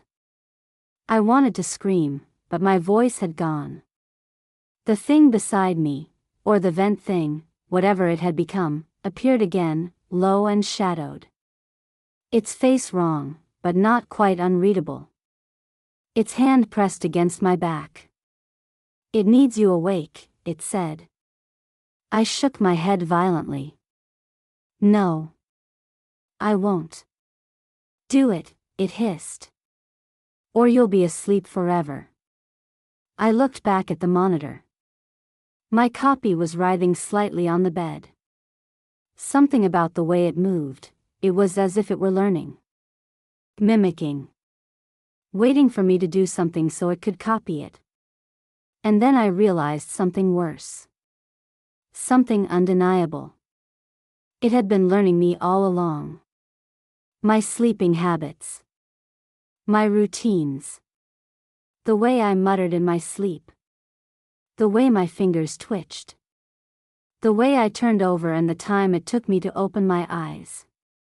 Everything it had done, everything I had seen, the mirrors, the cameras, the recordings, it wasn't just watching. It had been preparing. For this. The vent thing pressed closer, whispering, "You have to move now. Or it will finish before you wake." I swallowed against the panic rising like bile in my throat. My reflection on the monitor twisted, one hand slowly reaching toward the camera. I felt it in the room with me, the pull of its presence, tugging at my skin, my bones, my very consciousness. I had to act. I had to stop it. But how? My hands flew to the monitor. I slammed the power button. Nothing. It flickered back on instantly. The room was still there. My copy still trembling on the bed, raising its head to look straight at me. Its eyes, my eyes. Then it smiled. Not the warm smile. Not the comforting one. The practiced, patient, terrible smile that promised it would never stop. Behind me, the vent thing hissed, a final, sharp warning. I turned. The crawlspace behind me seemed longer. The ceiling lower. The shadows deeper. Shapes shifted in the corners, faces I didn't recognize, eyes gleaming. Tenants? Copies? Or just pieces of the building itself, alive now? I had a choice. Step into the narrow darkness the vent thing had opened. Risk disappearing into the hidden underbelly of the building. Or go back into my apartment, knowing it was already waiting. I swallowed the fear that had been building for hours, for days, for months. My hands shook. My legs trembled. And then I made my move. I stepped forward. The vent swallowed me. The crawlspace closed behind me. And the lights in the building flickered. Just enough to reveal my bedroom from above. The bed was empty. The closet door closed. The monitor went black. And the building waited. The last thing that happened before the building seemed to hold its breath was me stepping into the vent and the monitor below going black. For a second, I thought the darkness had swallowed everything. Then the emergency lights came back on in a dim red pulse, and the service passage around me looked longer than it had a moment before. That was the first truly impossible thing I noticed. Not the cameras. Not the voices. The passage itself had changed. I had crawled into a narrow maintenance crawlspace outside the service room, but now I was standing in a hallway that did not match anything in the Cortez Arms I had seen before. The walls were too clean in places and too damaged in others. Pipes ran along the ceiling like veins under skin. Mirror shards had been fitted into the concrete at strange intervals, each one angled just enough to catch a sliver of movement if I turned my head wrong. The vent thing was no longer beside me. Or at least I could not see it. I could hear it, though. Ahead of me, somewhere deeper in the passage, a soft dragging sound like bare feet over dust. Then its voice came back, low and urgent. "Do not stop." I pressed a hand to the wall and felt it vibrate faintly under my palm. "What is this place?" I whispered. "The part that remembers," it said. I took a few careful steps forward. The floor sloped slightly downward, though I could not tell where the building ended and whatever lay underneath it began. The air smelled older here. Less like mildew and concrete, more like stale water trapped in sealed spaces for years. And underneath that was another smell. Something sweet and rotten. Like flowers left too long in a vase. I knew, with a cold certainty, that I was getting close to wherever Mara had gone. The passage opened into a larger chamber that made my stomach lurch. It looked like a room that had been built out of abandoned pieces of the building's own guts. Old electrical panels lined one wall. Broken monitors were stacked in the corners. Ductwork split overhead into smaller tubes, each one ending in a vent or grill. On the far side of the room stood a row of mirrors mounted at different heights, none of them matching, all of them stained or cracked. And in the center of the room, a bed. Not a mattress on the floor. A real bed frame. Narrow, metal, hospital-like. The sheets were thin and gray and tucked tight at the corners. It was made perfectly. My throat tightened. That bed looked more normal than anything else in the room, which made it horrifying. I turned in a slow circle, trying to understand how this could be hidden under a 6-story apartment building in East Los Angeles without anyone noticing. But the truth was already sitting in my body like a stone. People probably had noticed. They just didn't know what they were seeing. The bed's headboard was positioned directly beneath a large vent grate set into the ceiling. Another monitor hung crookedly on the wall opposite it, its screen dark except for a thin stripe of static. I took one step toward the bed. Something in the room shifted behind me. I spun. Nothing. Then a soft knock came from the left wall. 3 taps. A pause. Then 3 more. I backed up until my shoulder hit a panel of cold metal. The voice came again, but this time it was not from the vent thing. It was from the monitor. Elena. My own name, spoken in my own voice. My skin crawled. The static on the monitor cleared into a grainy image of the room I was standing in, but from above. Not a security angle exactly. More like a memory of the room. The bed in the center. The mirrors. Me, standing frozen at the edge of the frame. And behind me in the image, standing just outside the door that had not been there a second ago, was Mara. She looked alive. Not a ghost. Not a corpse. Alive. Her hair was tied back badly, as if she had done it in a hurry. There was a cut above one eyebrow. Her left hand was wrapped in a strip of cloth already soaked through with old blood. But her eyes. Her eyes were wide and focused and absolutely terrified. She held one finger to her lips in the image, warning me to be quiet. I looked around the room again. The real door was gone. Only the monitor showed it. Only the monitor showed Mara. Then the image on the screen changed. Mara was no longer standing behind me. She was sitting on the bed. Facing the camera. Her mouth was moving. No sound came through at first, then the speakers crackled and I heard her voice, faint and broken by static. If you're seeing this, she said, it means it already learned your room. My whole body went cold.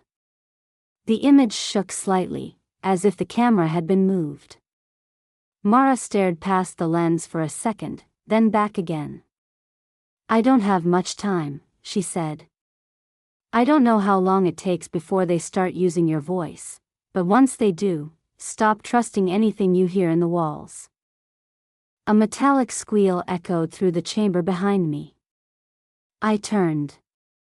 One of the mirror panels had shifted open a few inches. Darkness breathed from the gap. I faced the monitor again. Mara was speaking faster now. "This place isn't just hiding something," she said. "It's processing us. Learning the way we move. The way we sleep. The things we say when we think nobody's listening. It copies from reflections first because reflections never interrupt." My hand went to my mouth. "I found the hidden room by accident," she continued. "Or maybe it found me. I still don't know which one is worse." The image flickered. For half a second I saw movement behind her in the room, but not in front of her, as if something were standing just out of frame. Mara glanced over her shoulder. Her face changed. Fear. Recognition. Then she leaned closer to the camera. "If you are in the room under 5C, she said, "don't touch the bed." The monitor crackled sharply. A sound came from behind me. Not a knock this time. Breathing. Close. I turned so fast my neck hurt.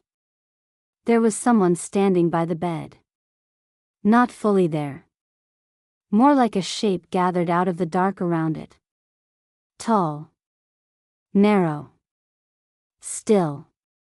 Its head was angled just enough to show the outline of a face I did not want to see clearly.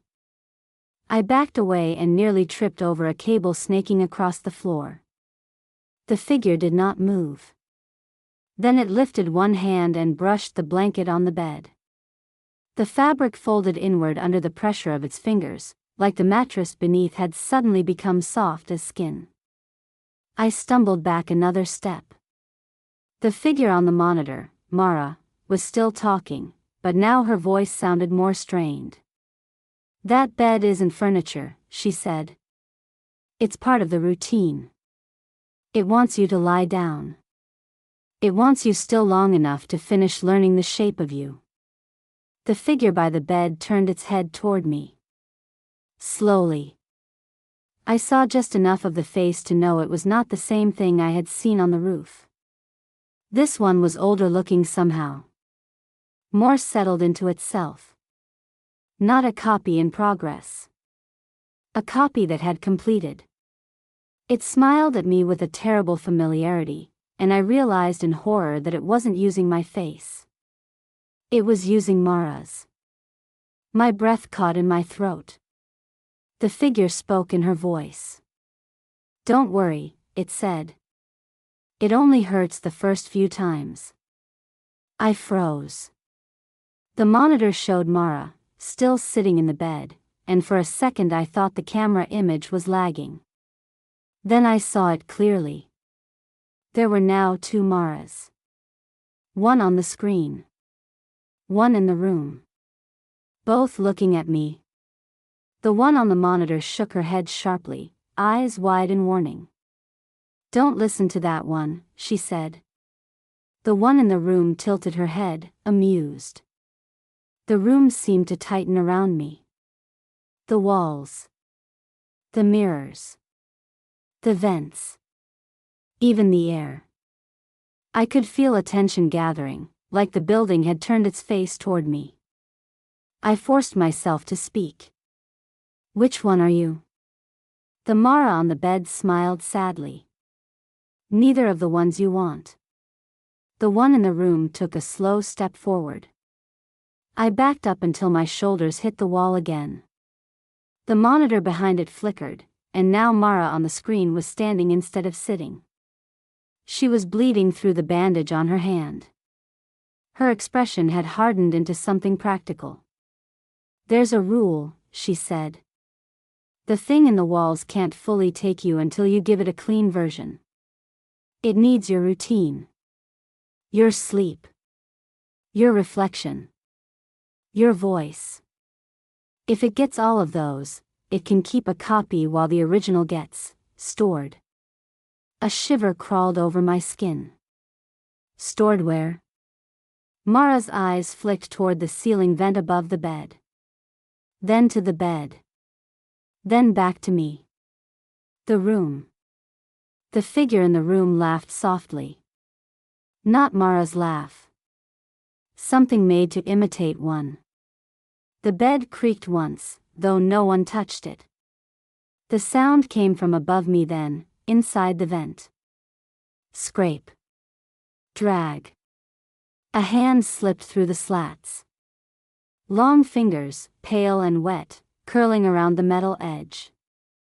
The thing in the room never looked away from me. "It's almost done with this floor," it said. I stared at it. "This floor?" It smiled. "The one you call home." The monitor image went fuzzy, then steadied. Mara had moved closer to the camera again. Her face was pale now, sweat at her hairline, eyes sharp with urgency. "Elena," she said, and hearing my name from the real Mara on the screen almost broke something in me. "Listen carefully. I know this sounds insane, but you need to find the original feed. Not the copies. The first recording. The first time it showed you something it shouldn't have." My mind raced. The first time. The laundry room. The monitor wall. The live feed of my bedroom before I got back there. The message. "Don't leave." I looked up at the vent again. The hand had gotten farther through. Another piece of it was visible now, an arm slick with dark moisture, bending in a way that made no anatomical sense. Mara on the monitor saw my face and nodded. "You remember," she said. "Good. Then you know what to look for."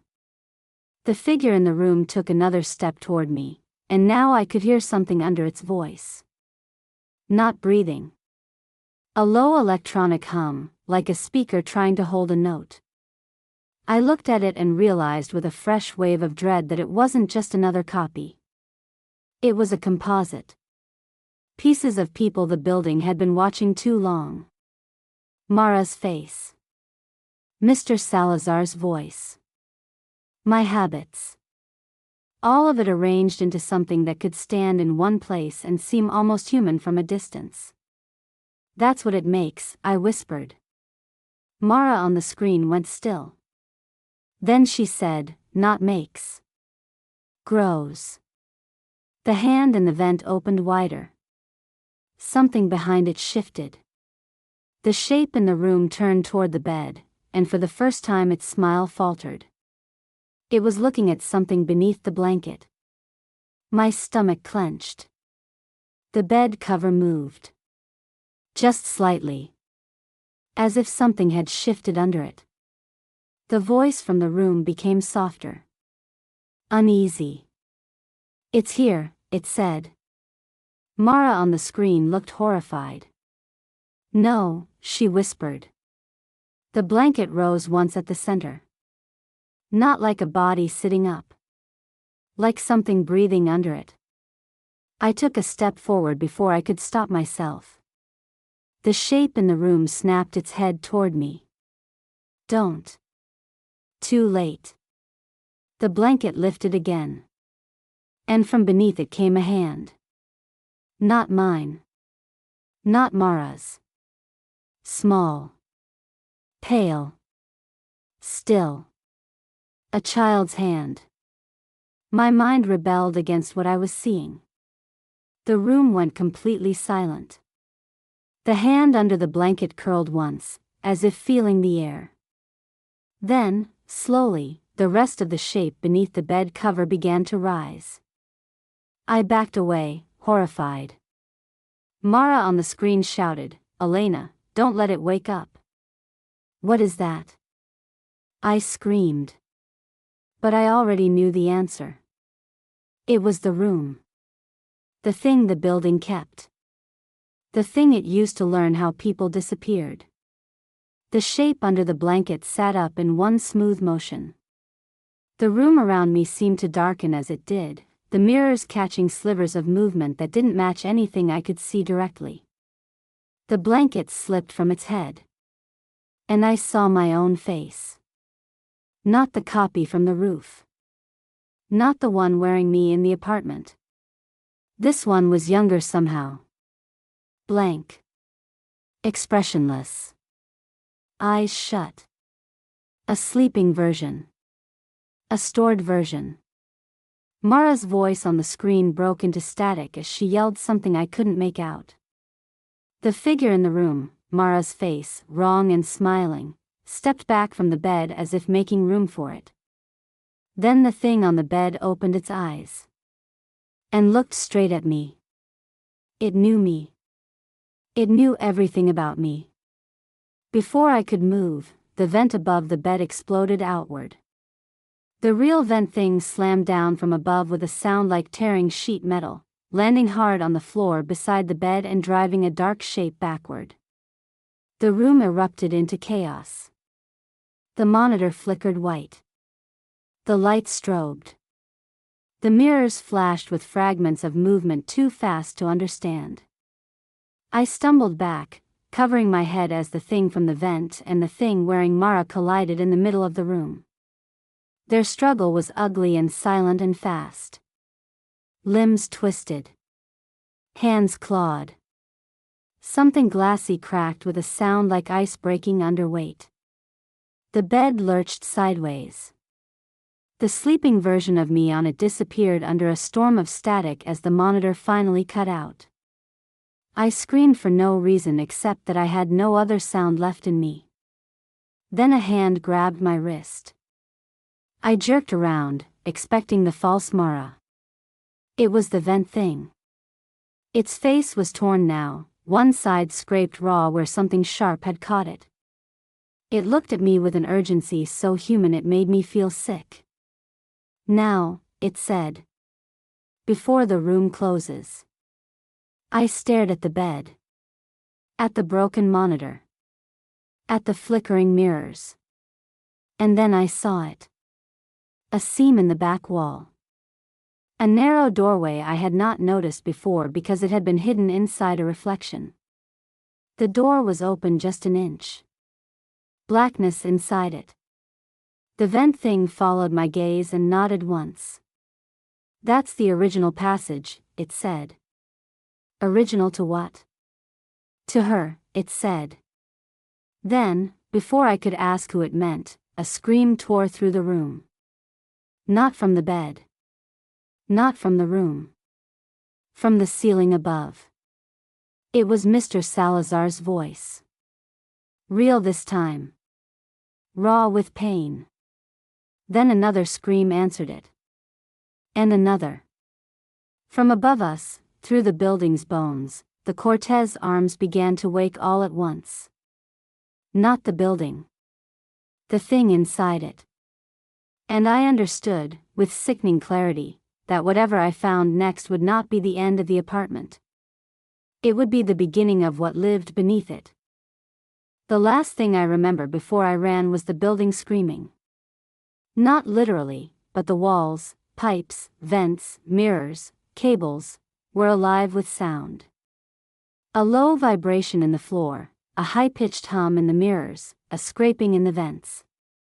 Every layer of the building seemed to pulse with awareness, reacting to us being there. I tore myself away from the vent thing's grip and sprinted toward the seam in the wall, the narrow doorway Mara had called the original passage. My legs shook with terror, but something primal kept me moving.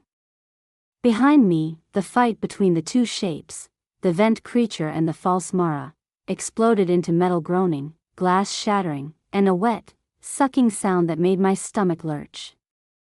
I slipped through the seam.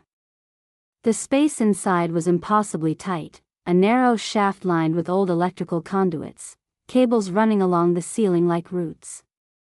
I had to squeeze sideways, scraping my arms and legs against metal and insulation. Every step made a faint echo that sounded like 1,000 whispers. At the far end of the shaft, there was a faint glow. I moved toward it, forcing myself to ignore the way the shadows stretched, contracted, and twisted around me. My heart was a hammer in my chest. Then I saw it. A room. Not the bed. Not the monitors. Not the mirrors. A real room. One that felt human. It was small. A single chair. A narrow cot. A dresser with peeling paint. And on the wall, a calendar with dates crossed off. And sitting in the cot, Mara. The real Mara. Her face was pale. Her hair a mess. She looked half-starved, but alive. Her eyes were wide with fear, and when she saw me, her expression went blank for a second. Then relief. "Elena," she whispered. I rushed to her side. "Mara. Are you okay? What happened to you?" She shook her head. I don't know. I think it kept me here. The building, the thing, it stores people. It takes pieces of you and copies them. I'm what it didn't finish with." My stomach turned. "And the bed? The copy of me?" She swallowed hard. "That's the original version of you, asleep. It's waiting. It learns you while you're awake. If it finishes, it keeps the copy and stores you." I staggered backward. My head spun. "So, I've been in danger this whole time?" Mara nodded. "Every night. Every mirror. Every camera. It feeds on routine, on trust, on the way you think your apartment is safe. It builds you, step by step. It learns you. And then," she swallowed again. "Then it replaces you." I tried to wrap my head around it. The creeping dread from the first cameras, the reflections that moved too slowly, the voice calling me in the vents, it had all been preparation. Behind me, I heard it. A soft metallic scrape. I froze. The doorway I had come through, the seam in the wall, was shuddering. The building's pulse, the thing's pulse, was moving through it. The vent thing? The copy of Mara? Something else entirely? I didn't know. But it was coming. Mara grabbed my arm. "We don't have much time," she said. "We have to go deeper. There's a room under the basement. It's the core. If we can reach it, maybe we can stop it." I swallowed down my panic. "The core?" "Yes," she said, pulling me along. "That's where it keeps the originals. Where it grows the copies. Where it feeds on us. If we don't get there first." A scream echoed from somewhere above, twisting through the vents and walls, loud, human, then broken and echoing, unrecognizable. I felt bile rise in my throat. "We're not going to make it." Mara looked back at me, determination etched into her exhausted face. "We have to. Or there won't be anything left of us." Not really. The hallway ahead twisted impossibly, as though the building itself had reshaped to slow us down. Pipes hung lower. Mirror shards jutted into the path. The air smelled sharper now, like electricity and decay. A soft tapping followed us, irregular, coming from everywhere at once and nowhere. My pulse raced. And then, at the corner of my vision, I saw it. A shadow moving against the wall. Not fully formed. Shifting. Watching. It was waiting for me. The last thought before we plunged further into the darkness toward the basement was simple and raw. I was running for my life. But I was running into the building itself. The last thing I remember before we plunged deeper was the building waiting. Every wall, vent, and shadow pulsing like it was alive. Every step we took felt like it was counting us, mapping us, learning us. The stairwell to the basement didn't look right. The walls were concrete, but the steps shifted under my weight, lengthening and narrowing as if the building itself was trying to slow me down. Mara grabbed my hand. "Keep moving," she hissed. Her grip was tight. Hot. Alive. I realized I hadn't felt real human warmth in hours, maybe days. We reached the bottom and stepped into the basement core. I stopped. The room was vast. Bigger than anything the building should have contained. Shadows pooled in corners, but light flickered from dozens of old security monitors stacked on metal shelves, each one showing a fragment of the building: hallways, vents, apartments, laundry rooms. And in each feed, people slept, or what looked like them. Copies, stored, frozen, twitching slightly in their sleep. Some faces I recognized. Others, unrecognizable, blurred and twisted. In the center of the room, there was a platform. A metal slab with tubes feeding into it, wires running into the walls, cameras dangling above. And on that slab, a cot. Not Mara's. Not mine. Something else. A human shape. Sleeping. Completely still. And then the monitors flickered. My bedroom. The vented crawlspace. The service room. Every feed now centered on the figure on the slab. I realized with horror, it had been building itself from us. From our routines, our voices, our reflections. Every person the building had ever watched had become part of it, part of the core. Mara whispered, "That's why it calls us. Why it watches us. It wants the originals, to complete itself." I wanted to run, but the basement felt infinite. The monitors tracked us, shadows crawling along the walls, reflections in the glass showing things that weren't there. A scraping sound came from behind. Not the vent this time. Something on the floor. Something moving between the cables. And then it stepped into the light. The copy of me. Not the one from the bed. Not the one from the monitor. Fully formed. My face. My posture. My voice, when it spoke, was mine, but warped. "Elena," it said. And I realized I could hear my own voice in my head echoing back. "You shouldn't be here." Mara grabbed me. "Ignore it. It's trying to trick you." I backed away, but my doppelganger smiled. Not a friendly smile.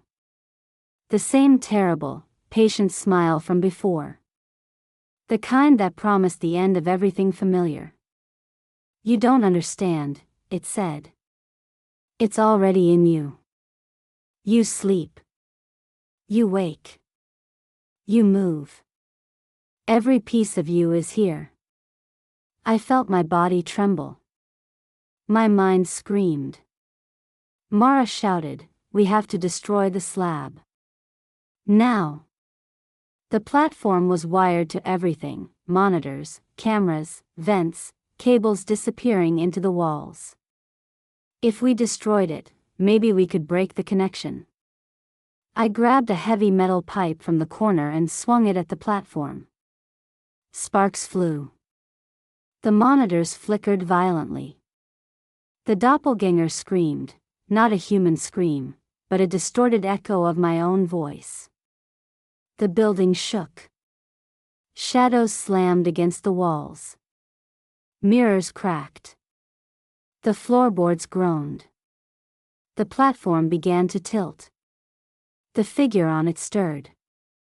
Something dark and wet oozed from the tubes into the floor. Mara grabbed my shoulder. One more hit. I swung again. The pipe connected. Metal screamed. Sparks erupted. The monitors went white. Silence. For a moment, it was quiet. Then a single, deep voice echoed through the basement. Good. Now I know you. I froze. Mara whispered, "It's still alive." It always is. That's what it is. It's not just a thing. It's the building. It's the people it stores. It's everything it watches. The doppelganger had vanished. The platform had stopped moving. But the monitors slowly flickered back on. And on one screen, my bed in the apartment was visible. Empty. Then, slowly, the sheets twitched. I didn't move. Mara didn't move. Because we both knew. The thing hadn't finished. It was still learning. Still waiting. And somewhere inside the Cortez arms, my life, my real life, was still being watched. I swallowed hard, trying to remember what was real. But the basement, the vent, the monitors, even Mara, everything felt like it could be a copy. And then I heard it. My own voice. From somewhere behind me. Whispering. Elena. I turned. Nothing. The room was empty, save for shadows that didn't quite belong, monitors that flickered with impossible angles, and the building itself, alive and patient. I realized something chilling. Even if we escaped, it didn't matter. It had already begun. And in the mirrors, in the vents, in every monitor, in every reflection of reality, it would never stop. Because the building watched everything. And it remembered. The screen cuts to black. The last sound is a whisper, almost imperceptible. Elena. The last thing that happened before the screen went black was the whisper. Elena.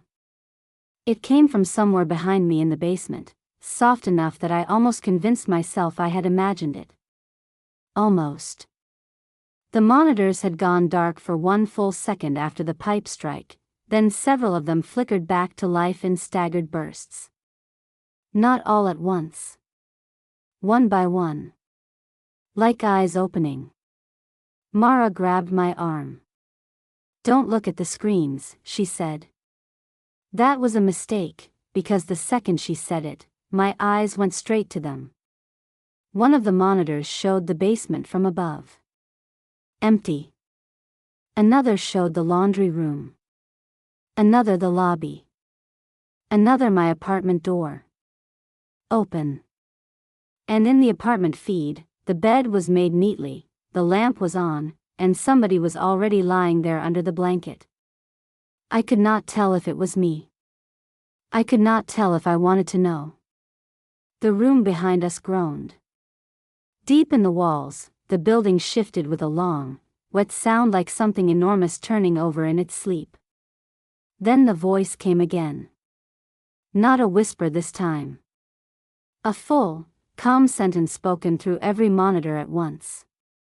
"You broke the body." Mara went rigid beside me. I stared at the screens. What did it say? She did not answer. Her face had gone gray in the red basement light. The voice continued, coming from nowhere and everywhere.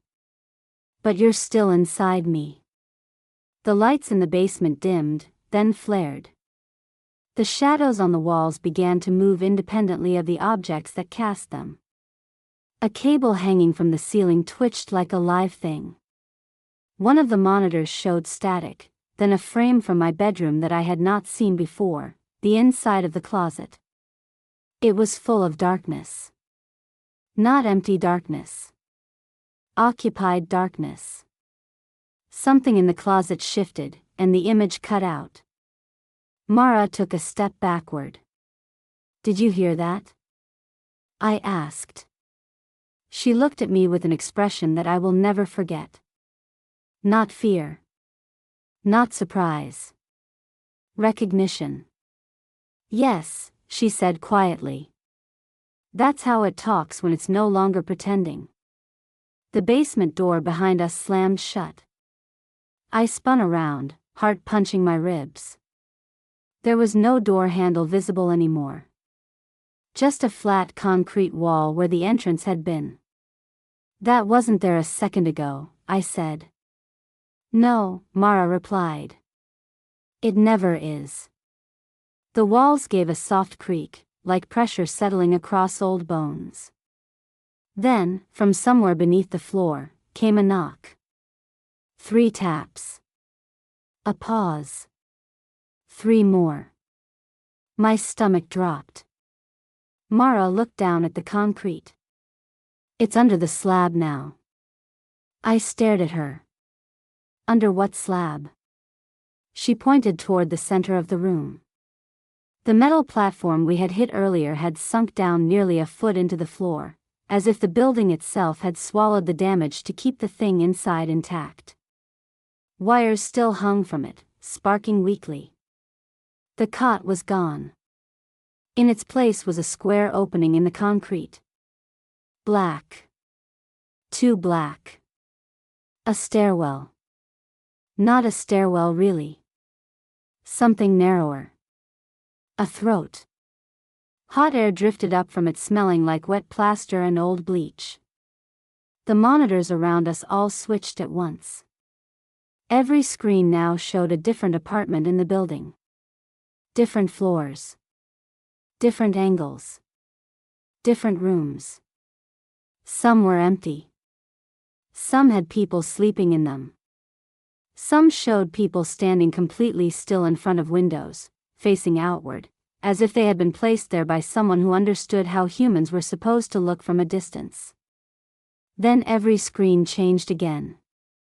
My bedroom. My bed. My face. I stumbled backwards so hard I hit the monitor rack behind me. On the screen, I was asleep. But I knew I was not asleep. Not yet. Mara saw it too. Her mouth opened slightly, like she was about to say something and decided not to. On the screen, the version of me in bed slowly sat up. No sudden jerk. No horror movie lurch. Just a patient, ordinary rise, as if waking from a bad dream. The figure turned its head toward the camera. Toward us. And smiled with my face. Not the practiced smile this time. A tired one. The kind I make when I am trying to convince someone I am fine. My fingers went numb. That's not possible, I said. Mara's voice was barely above a whisper. That's the point. A shape moved in the darkness of the concrete opening at our feet. Something climbed one rung. Then another. I could not see enough to know if it was human. I only knew it was coming up. Mara backed toward the far wall. We need to get out of the basement. How? I demanded. She pointed to a maintenance hatch near the ceiling. I had not noticed it before because the shadows made the metal blend into the wall. A chain hung from it, and above that, a tiny green exit sign glowed weakly. That goes to the alley side, she said. If it still opens. I looked at the opening in the floor. The thing inside had stopped climbing. It was listening. Maybe to us. Maybe to the whole building. Then, from the monitors, my own voice came again. This is the part where you run. I covered my ears, but it still got through. Mara looked at me sharply. Don't answer it. I wasn't going to. Then don't think too hard either. That would have been funny in another life. The opening in the floor widened with a crack of concrete. Something pale rose into view. A hand. Long fingers. Wet-looking skin. The vent thing. No. Not the vent thing. Something worse. It was wearing pieces of the vent thing's shape, but not all of it. One arm was too long. The shoulder was wrong. Its face was still hidden, but I could feel the attention pouring out of the hole like heat. Mara grabbed a steel rod from the floor where we had been using it as a weapon and shoved it into my hands. "Take the hatch," she said. "What about you?" Her jaw tightened. For the first time since I'd met her under this impossible building, she looked truly uncertain. "I need to see something," she said. "What?" She did not answer. Which was answer enough. The thing in the floor began climbing faster. I moved toward the hatch ladder, then stopped when I realized Mara was not following me. She was staring at the monitors. At one in particular. At the lobby. "Lara," I said, then stopped, because I had never called her that. Her name was Mara. I knew it, but in the confusion it slipped. She heard it anyway. Her eyes flicked to me. "I'm Mara," she said, almost irritably. The correction should have been small. It wasn't. Because she sounded offended, I had forgotten. That was the first crack in the moment. The second was when I looked back at the monitors and saw that the lobby camera no longer showed the lobby. It showed the lobby desk from inside the security office. From the guard's seat. From Mr. Salazar's angle. And on the screen, sitting at the desk with his head bowed and his hands folded neatly on top of the binder, was Mr. Salazar. Or something shaped like him. His body did not move. But the camera image zoomed in slightly, as if whoever was sitting there had decided to lean closer. A line of text appeared in the lower corner of the monitor. "Check in." My throat went dry. Mara made a sound behind me. Not fear. Disgust. Then she said, "I knew it." "Knew what?" She pointed at the monitor wall, her finger trembling for the first time. "Look at the timestamps." I did. I wish I had not. The feeds were not showing live footage anymore. They were showing moments that had not happened yet. Not all of them. Just enough to make the room feel sick. The basement camera showed me at the hatch ladder, frozen halfway up. The lobby camera showed the security desk empty, then occupied, then empty again. The apartment camera showed my bedroom door slowly opening to an empty hallway, then showed me standing in the hallway, then showed me asleep in bed, then showed the hallway again. It was replaying futures. Rehearsing them. The thing in the floor gave a low sound that made the monitors buzz. Mara finally said it aloud, because neither of us could keep pretending not to understand. "It's not just learning us," she said.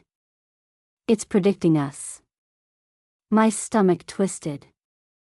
The hand in the opening pulled higher, and now the forearm had emerged. The skin was not quite skin. It looked layered.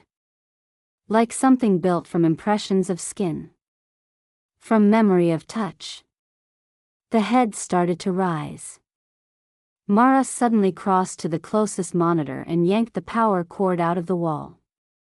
Nothing happened. She stared at it in disbelief. The screens kept running. The building's voice laughed softly through the speakers. Power was never the point. The hatch above us gave a metallic bang. I looked up just in time to see the chain jerk downward and the maintenance hatch begin to open from the outside. I lifted the steel rod. Mara shouted, "Elena, wait." Too late. The hatch burst open. Cold air poured into the basement. And there, framed in the greenish light from outside, was a face I knew too well. Mine. Again. But not the smiling copy from the roof. Not the sleeping one in bed. This one was drenched, eyes wide, cheeks smeared with blood, hair clumped to its forehead, as if it had just climbed up from someplace deep and flooded. It looked at me with raw terror. Real terror. My grip loosened on the rod. The face at the hatch whispered, "Don't let it take me." Mara made a strangled sound behind me. The face was me. Or was enough of me to ruin the distinction. Then the thing in the hatch reached down and grabbed the edge with both hands. And I saw the wrists. The wrists were ringed with red marks. Old restraints. Like someone had been held down for a long time. The mouth opened again. "Elena," it said in my voice. "I'm still in here." I did not know what to believe. Mara stepped beside me and whispered, "That's not the one you want to trust." The face at the hatch heard her.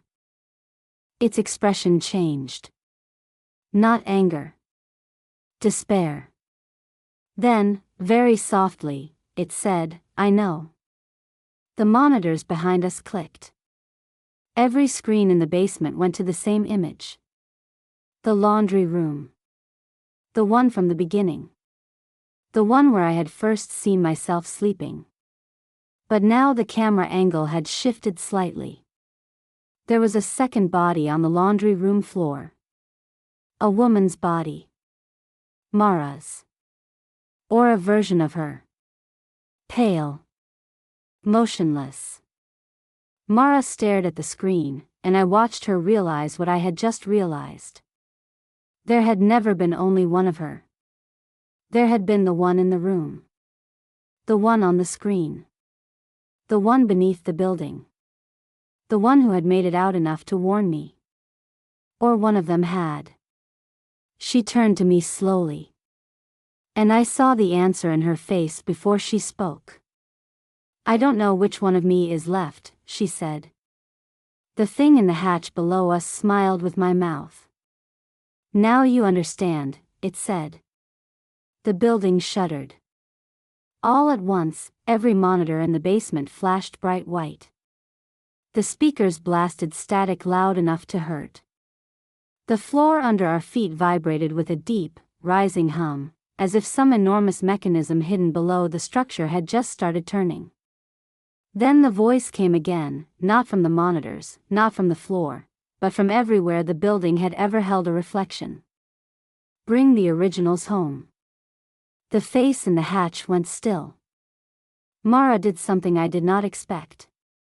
She laughed. Not because it was funny. Because the alternative was panic. "Originals," she said, voice shaking. "You mean this is what you think it is?" The thing in the hatch watched her.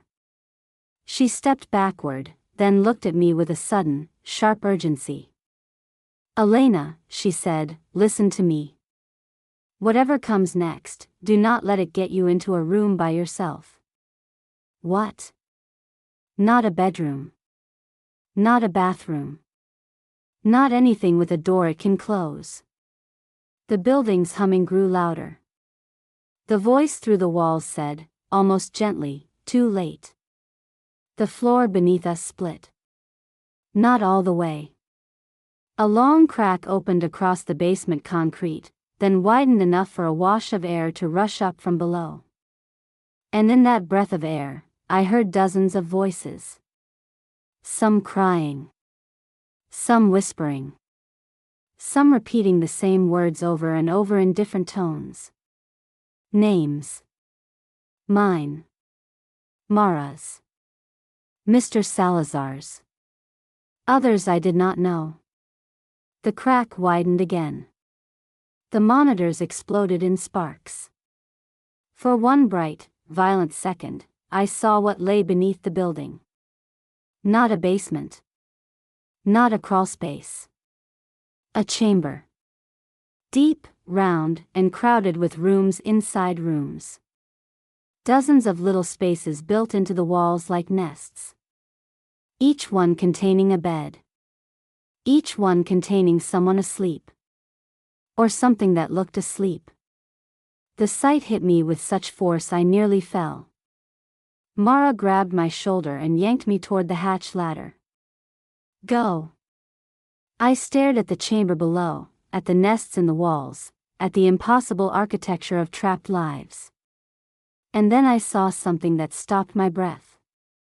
One of the little rooms was lit. Inside it sat a girl with her back to me. She was young. Too young to be in a building like this alone. Her hands were folded in her lap. Her shoulders were shaking. And when she slowly turned her head toward the light, I saw her face clearly. It was mine. Not now. Not years ago. Not a copy. A child. My throat locked. That's... Mara was already pulling me away. Don't look too long. But I had already looked. And the chamber under the building looked back. Every little room's light turned on at once. One after another. Dozens of faces appeared behind the glass. Some sleeping. Some awake. Some mine. Some Mara's. Some Mr. Salazar's. Some not human at all, but arranged to resemble human the way a bad memory resembles a photograph. Then every face in every room turned toward me. The building knew I was looking. The voice came one final time, no longer hidden, no longer pretending. Come home. Mara shouted something I couldn't hear over the roaring in my ears. The hatch overhead still stood open. Cold alley air spilled through it. I could smell rain, trash, concrete, freedom. Real outside air. It had never smelled so alive. I made the only choice left. I ran for the hatch. The thing in the floor reached up. Its hand closed around my ankle. I nearly fell backward into the crack, but Mara drove the steel rod down with both hands and struck the wrist hard enough to make it release. It screamed. A human scream, this time. Not mine. Mara shoved me up the ladder. I climbed blindly, clawing at the rungs while the basement behind us collapsed into noise. The last thing I heard before I hauled myself through the hatch was Mara screaming my name. Not from behind me. From below. And from above. And from the monitors. I turned once on instinct. That was the mistake. Down in the basement, through the tearing concrete and flickering static, I saw 3 Maras. One by the floor crack. One in the monitor reflection. One standing in the corner of the room, motionless, watching me leave. I do not know which one was real. I do not know whether any of them were. Then the hatch slammed shut behind me. I was in the alley. Rain had started. The Cortez Arms loomed over me in the dark, all 6 floors of it stained and silent and dead-looking again, as if nothing under it had ever screamed. I stumbled backward against the brick wall, gasping, shaking, looking for another exit. Then I noticed the building's front windows. Every one of them was dark. Except one. My bedroom window. 6 floors up. The lamp was on inside. The curtain was half open. And someone was standing in the room, perfectly still, looking down at the alley. At me. I could not tell whether it was my face. Or whether that mattered anymore. Then the figure inside slowly raised one hand and pressed it against the glass. The motion was so familiar I almost answered it. I almost waved back.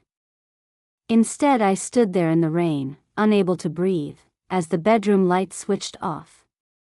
The window went black. And in the dark reflection of the glass, I saw a second shape standing behind me in the alley. Very close. So close I could feel its breath at the back of my neck. I did not turn around. I still have not turned around. Because every time I look into a reflective surface since that night, I see the same thing waiting a half second behind me. Patient. Watching. Learning. And in the apartment window across from mine, when the rain hits just right, I can still make out the glow of a bedroom lamp. Sometimes there is a body in the bed. Sometimes there is not. Last night, the camera in my hallway turned on by itself. It showed my apartment door. Closed. Then, slowly, from the inside, it began to open. And as the feed zoomed in, I saw a hand reach out from the darkness and place one finger against the glass. Right where my throat should have been. The finger pressed against the glass. Just one, long, pale, impossibly still. I froze. Not out of shock, more like recognition. It was my finger. Not mine. Not me. Not the me that had run into the alley. Something that looked like me, but wrong in the details. Nails too long. Knuckles too sharp. Skin too pale. And the motion, deliberate. Patient. Calculated. I didn't move. I couldn't. The rain beat harder against the windows.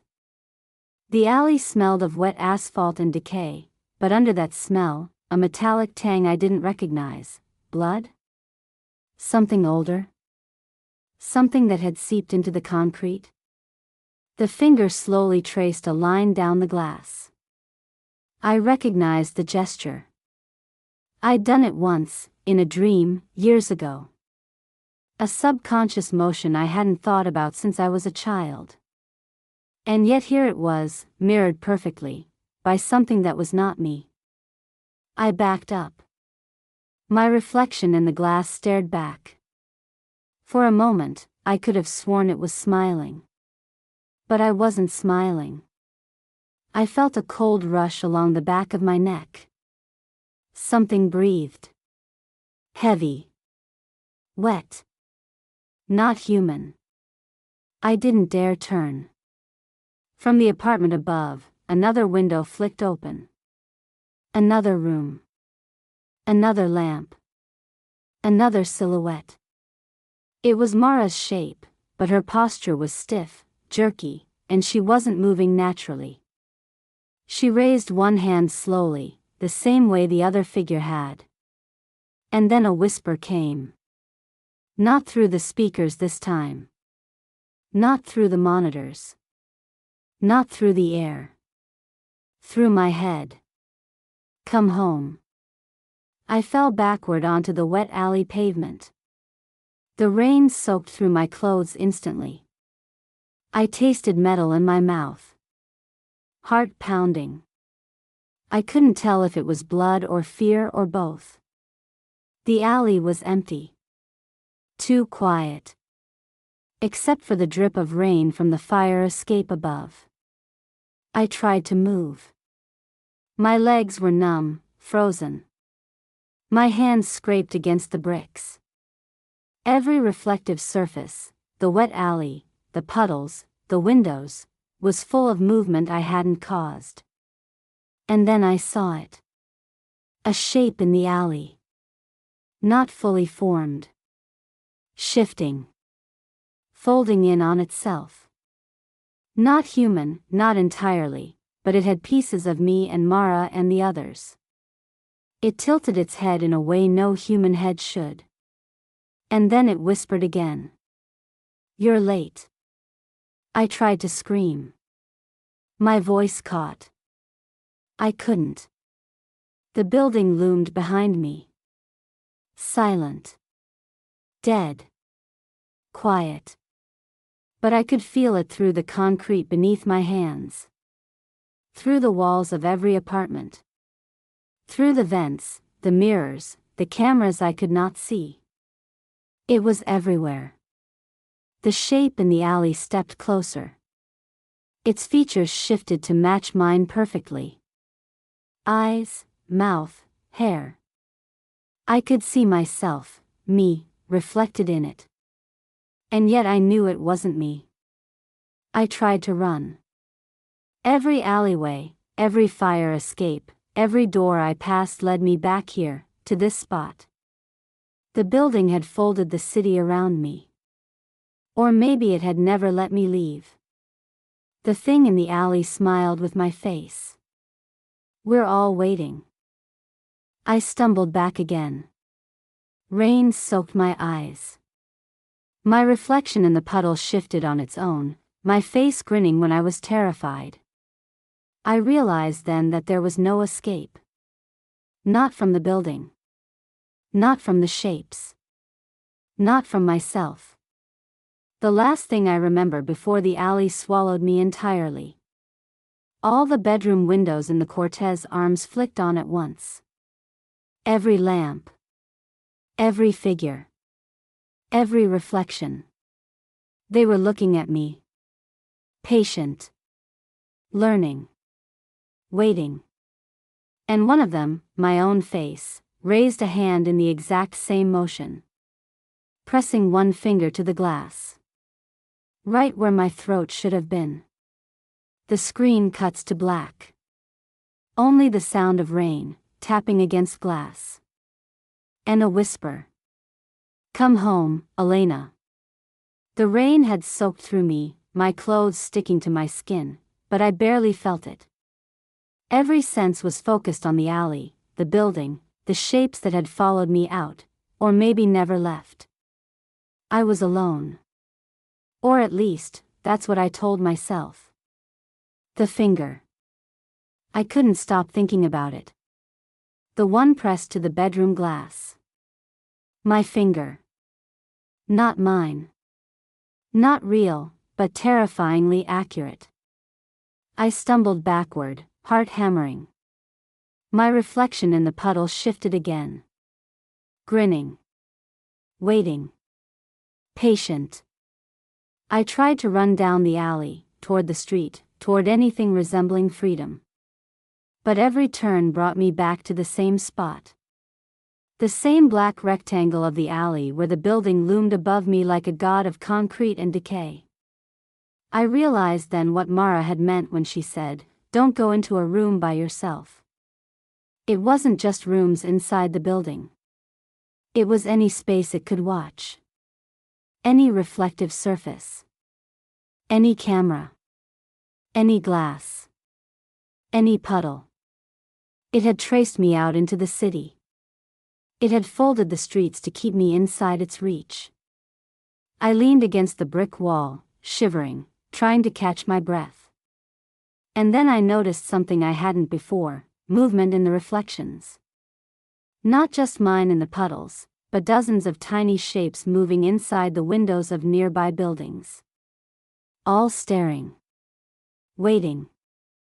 And then, something shifted behind me in the alley.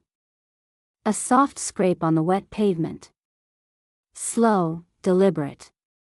Something was walking. Something mirrored my movements exactly. I didn't turn. I couldn't. The voice came. Not whispering this time. Clear. Calm. Direct. You know the rules, Elena. I froze. I knew that voice. Mine. Not mine. Somewhere in between. We watch. We learn. We wait. Come home. The puddle in front of me rippled. I saw dozens of hands reaching up from the water. Small hands, large hands, human and not. All reaching. I stumbled back, hitting the wall. And then the reflection in the building's windows shifted. It wasn't me. It was a child. Small, pale, hair wet, staring from the 7th floor window. My face. My body. My memory of being younger. I realized I didn't know which of these figures was real anymore. My body in the alley? The one in the basement? The one in the apartment? All of them. None of them. The child in the window raised a hand. The motion was slow. Patient. The finger pressed to the glass. Right where my throat should have been. I heard Mara's voice behind me. Or thought I did. Elena. Don't. The alley changed. The brick stretched. The puddles deepened. The streetlight bent. Shadows lengthened unnaturally. I realized I wasn't just in the alley anymore. I was inside the building, or it was inside me. Something moved in the corner of my vision. Not fully formed. Too dark. Too long. One hand reached out from the darkness, dragging across the ground. I ran. Not toward the street. Not toward the city. Toward somewhere else. Anywhere else.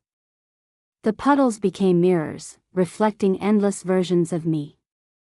Some screaming. Some sleeping. Some smiling. Some already dead. The hand caught my ankle. Cold. Slimy. Impossible. It tugged. I fell. And when I looked up, I saw them all. Windows lighting up across the building. Faces staring down. Dozens. Hundreds. Each a version of me, each a version of Mara, each a version of everyone who had ever lived there. All waiting. The rain stopped. The streetlights died. The city seemed to pause. And the building itself shifted. Its concrete twisted, vent tubes writhing, mirrors inside walls reflecting angles that should not exist. The last thing I saw before everything went black. My finger. Pressing against a window. Right where my throat should have been. The screen cuts to silence. No rain. No wind. Only the faint sound of glass tapping against glass. And the whisper. Come home. The final coda. The alley was empty. Too quiet. I opened my eyes and realized I was on the wet pavement, the rain gone, the night still. Streetlights flickered weakly. The city smelled like concrete and ozone. But the Cortez arms still loomed above me, 6 stories of decaying brick and dark windows. Silent. Waiting. I wanted to move, to run, to leave. But my legs were numb. My lungs screamed, yet every breath felt heavy and wrong. And then I saw it. My bedroom window. The one that had haunted me since I first noticed the cameras. The lamp was on. The curtain half open. And in the faint yellow glow, a figure. Not fully visible. Shadows masked the face. But I knew. My finger pressed to the glass. Waiting. Patient. I wanted to look away. I wanted to run. But something inside me froze. And then the building whispered. Come home, Elena. I didn't respond. I didn't have to. Because I felt it, every reflective surface around me shimmered, like water disturbed by a stone. Every puddle, every window, every metallic surface rippled and showed me. My hands, my face, my body. Doing things I had never done. Smiling when I wasn't. Running when I was frozen. Sleeping when I was awake. The alley bent. The street twisted. The city folded around me until it all looked like the interior of the building. I couldn't tell the difference anymore. Then I heard footsteps. Behind me. Not human footsteps. Slapping, dragging, uneven. echoing the rhythm of my own heartbeat. I didn't dare turn. A reflection in a puddle rippled, and a second hand reached up. Long, pale, impossibly thin. Pressed against the surface. It wasn't the puddle anymore. It was inside it. And I knew. It had always been inside. The lamp in my bedroom flickered.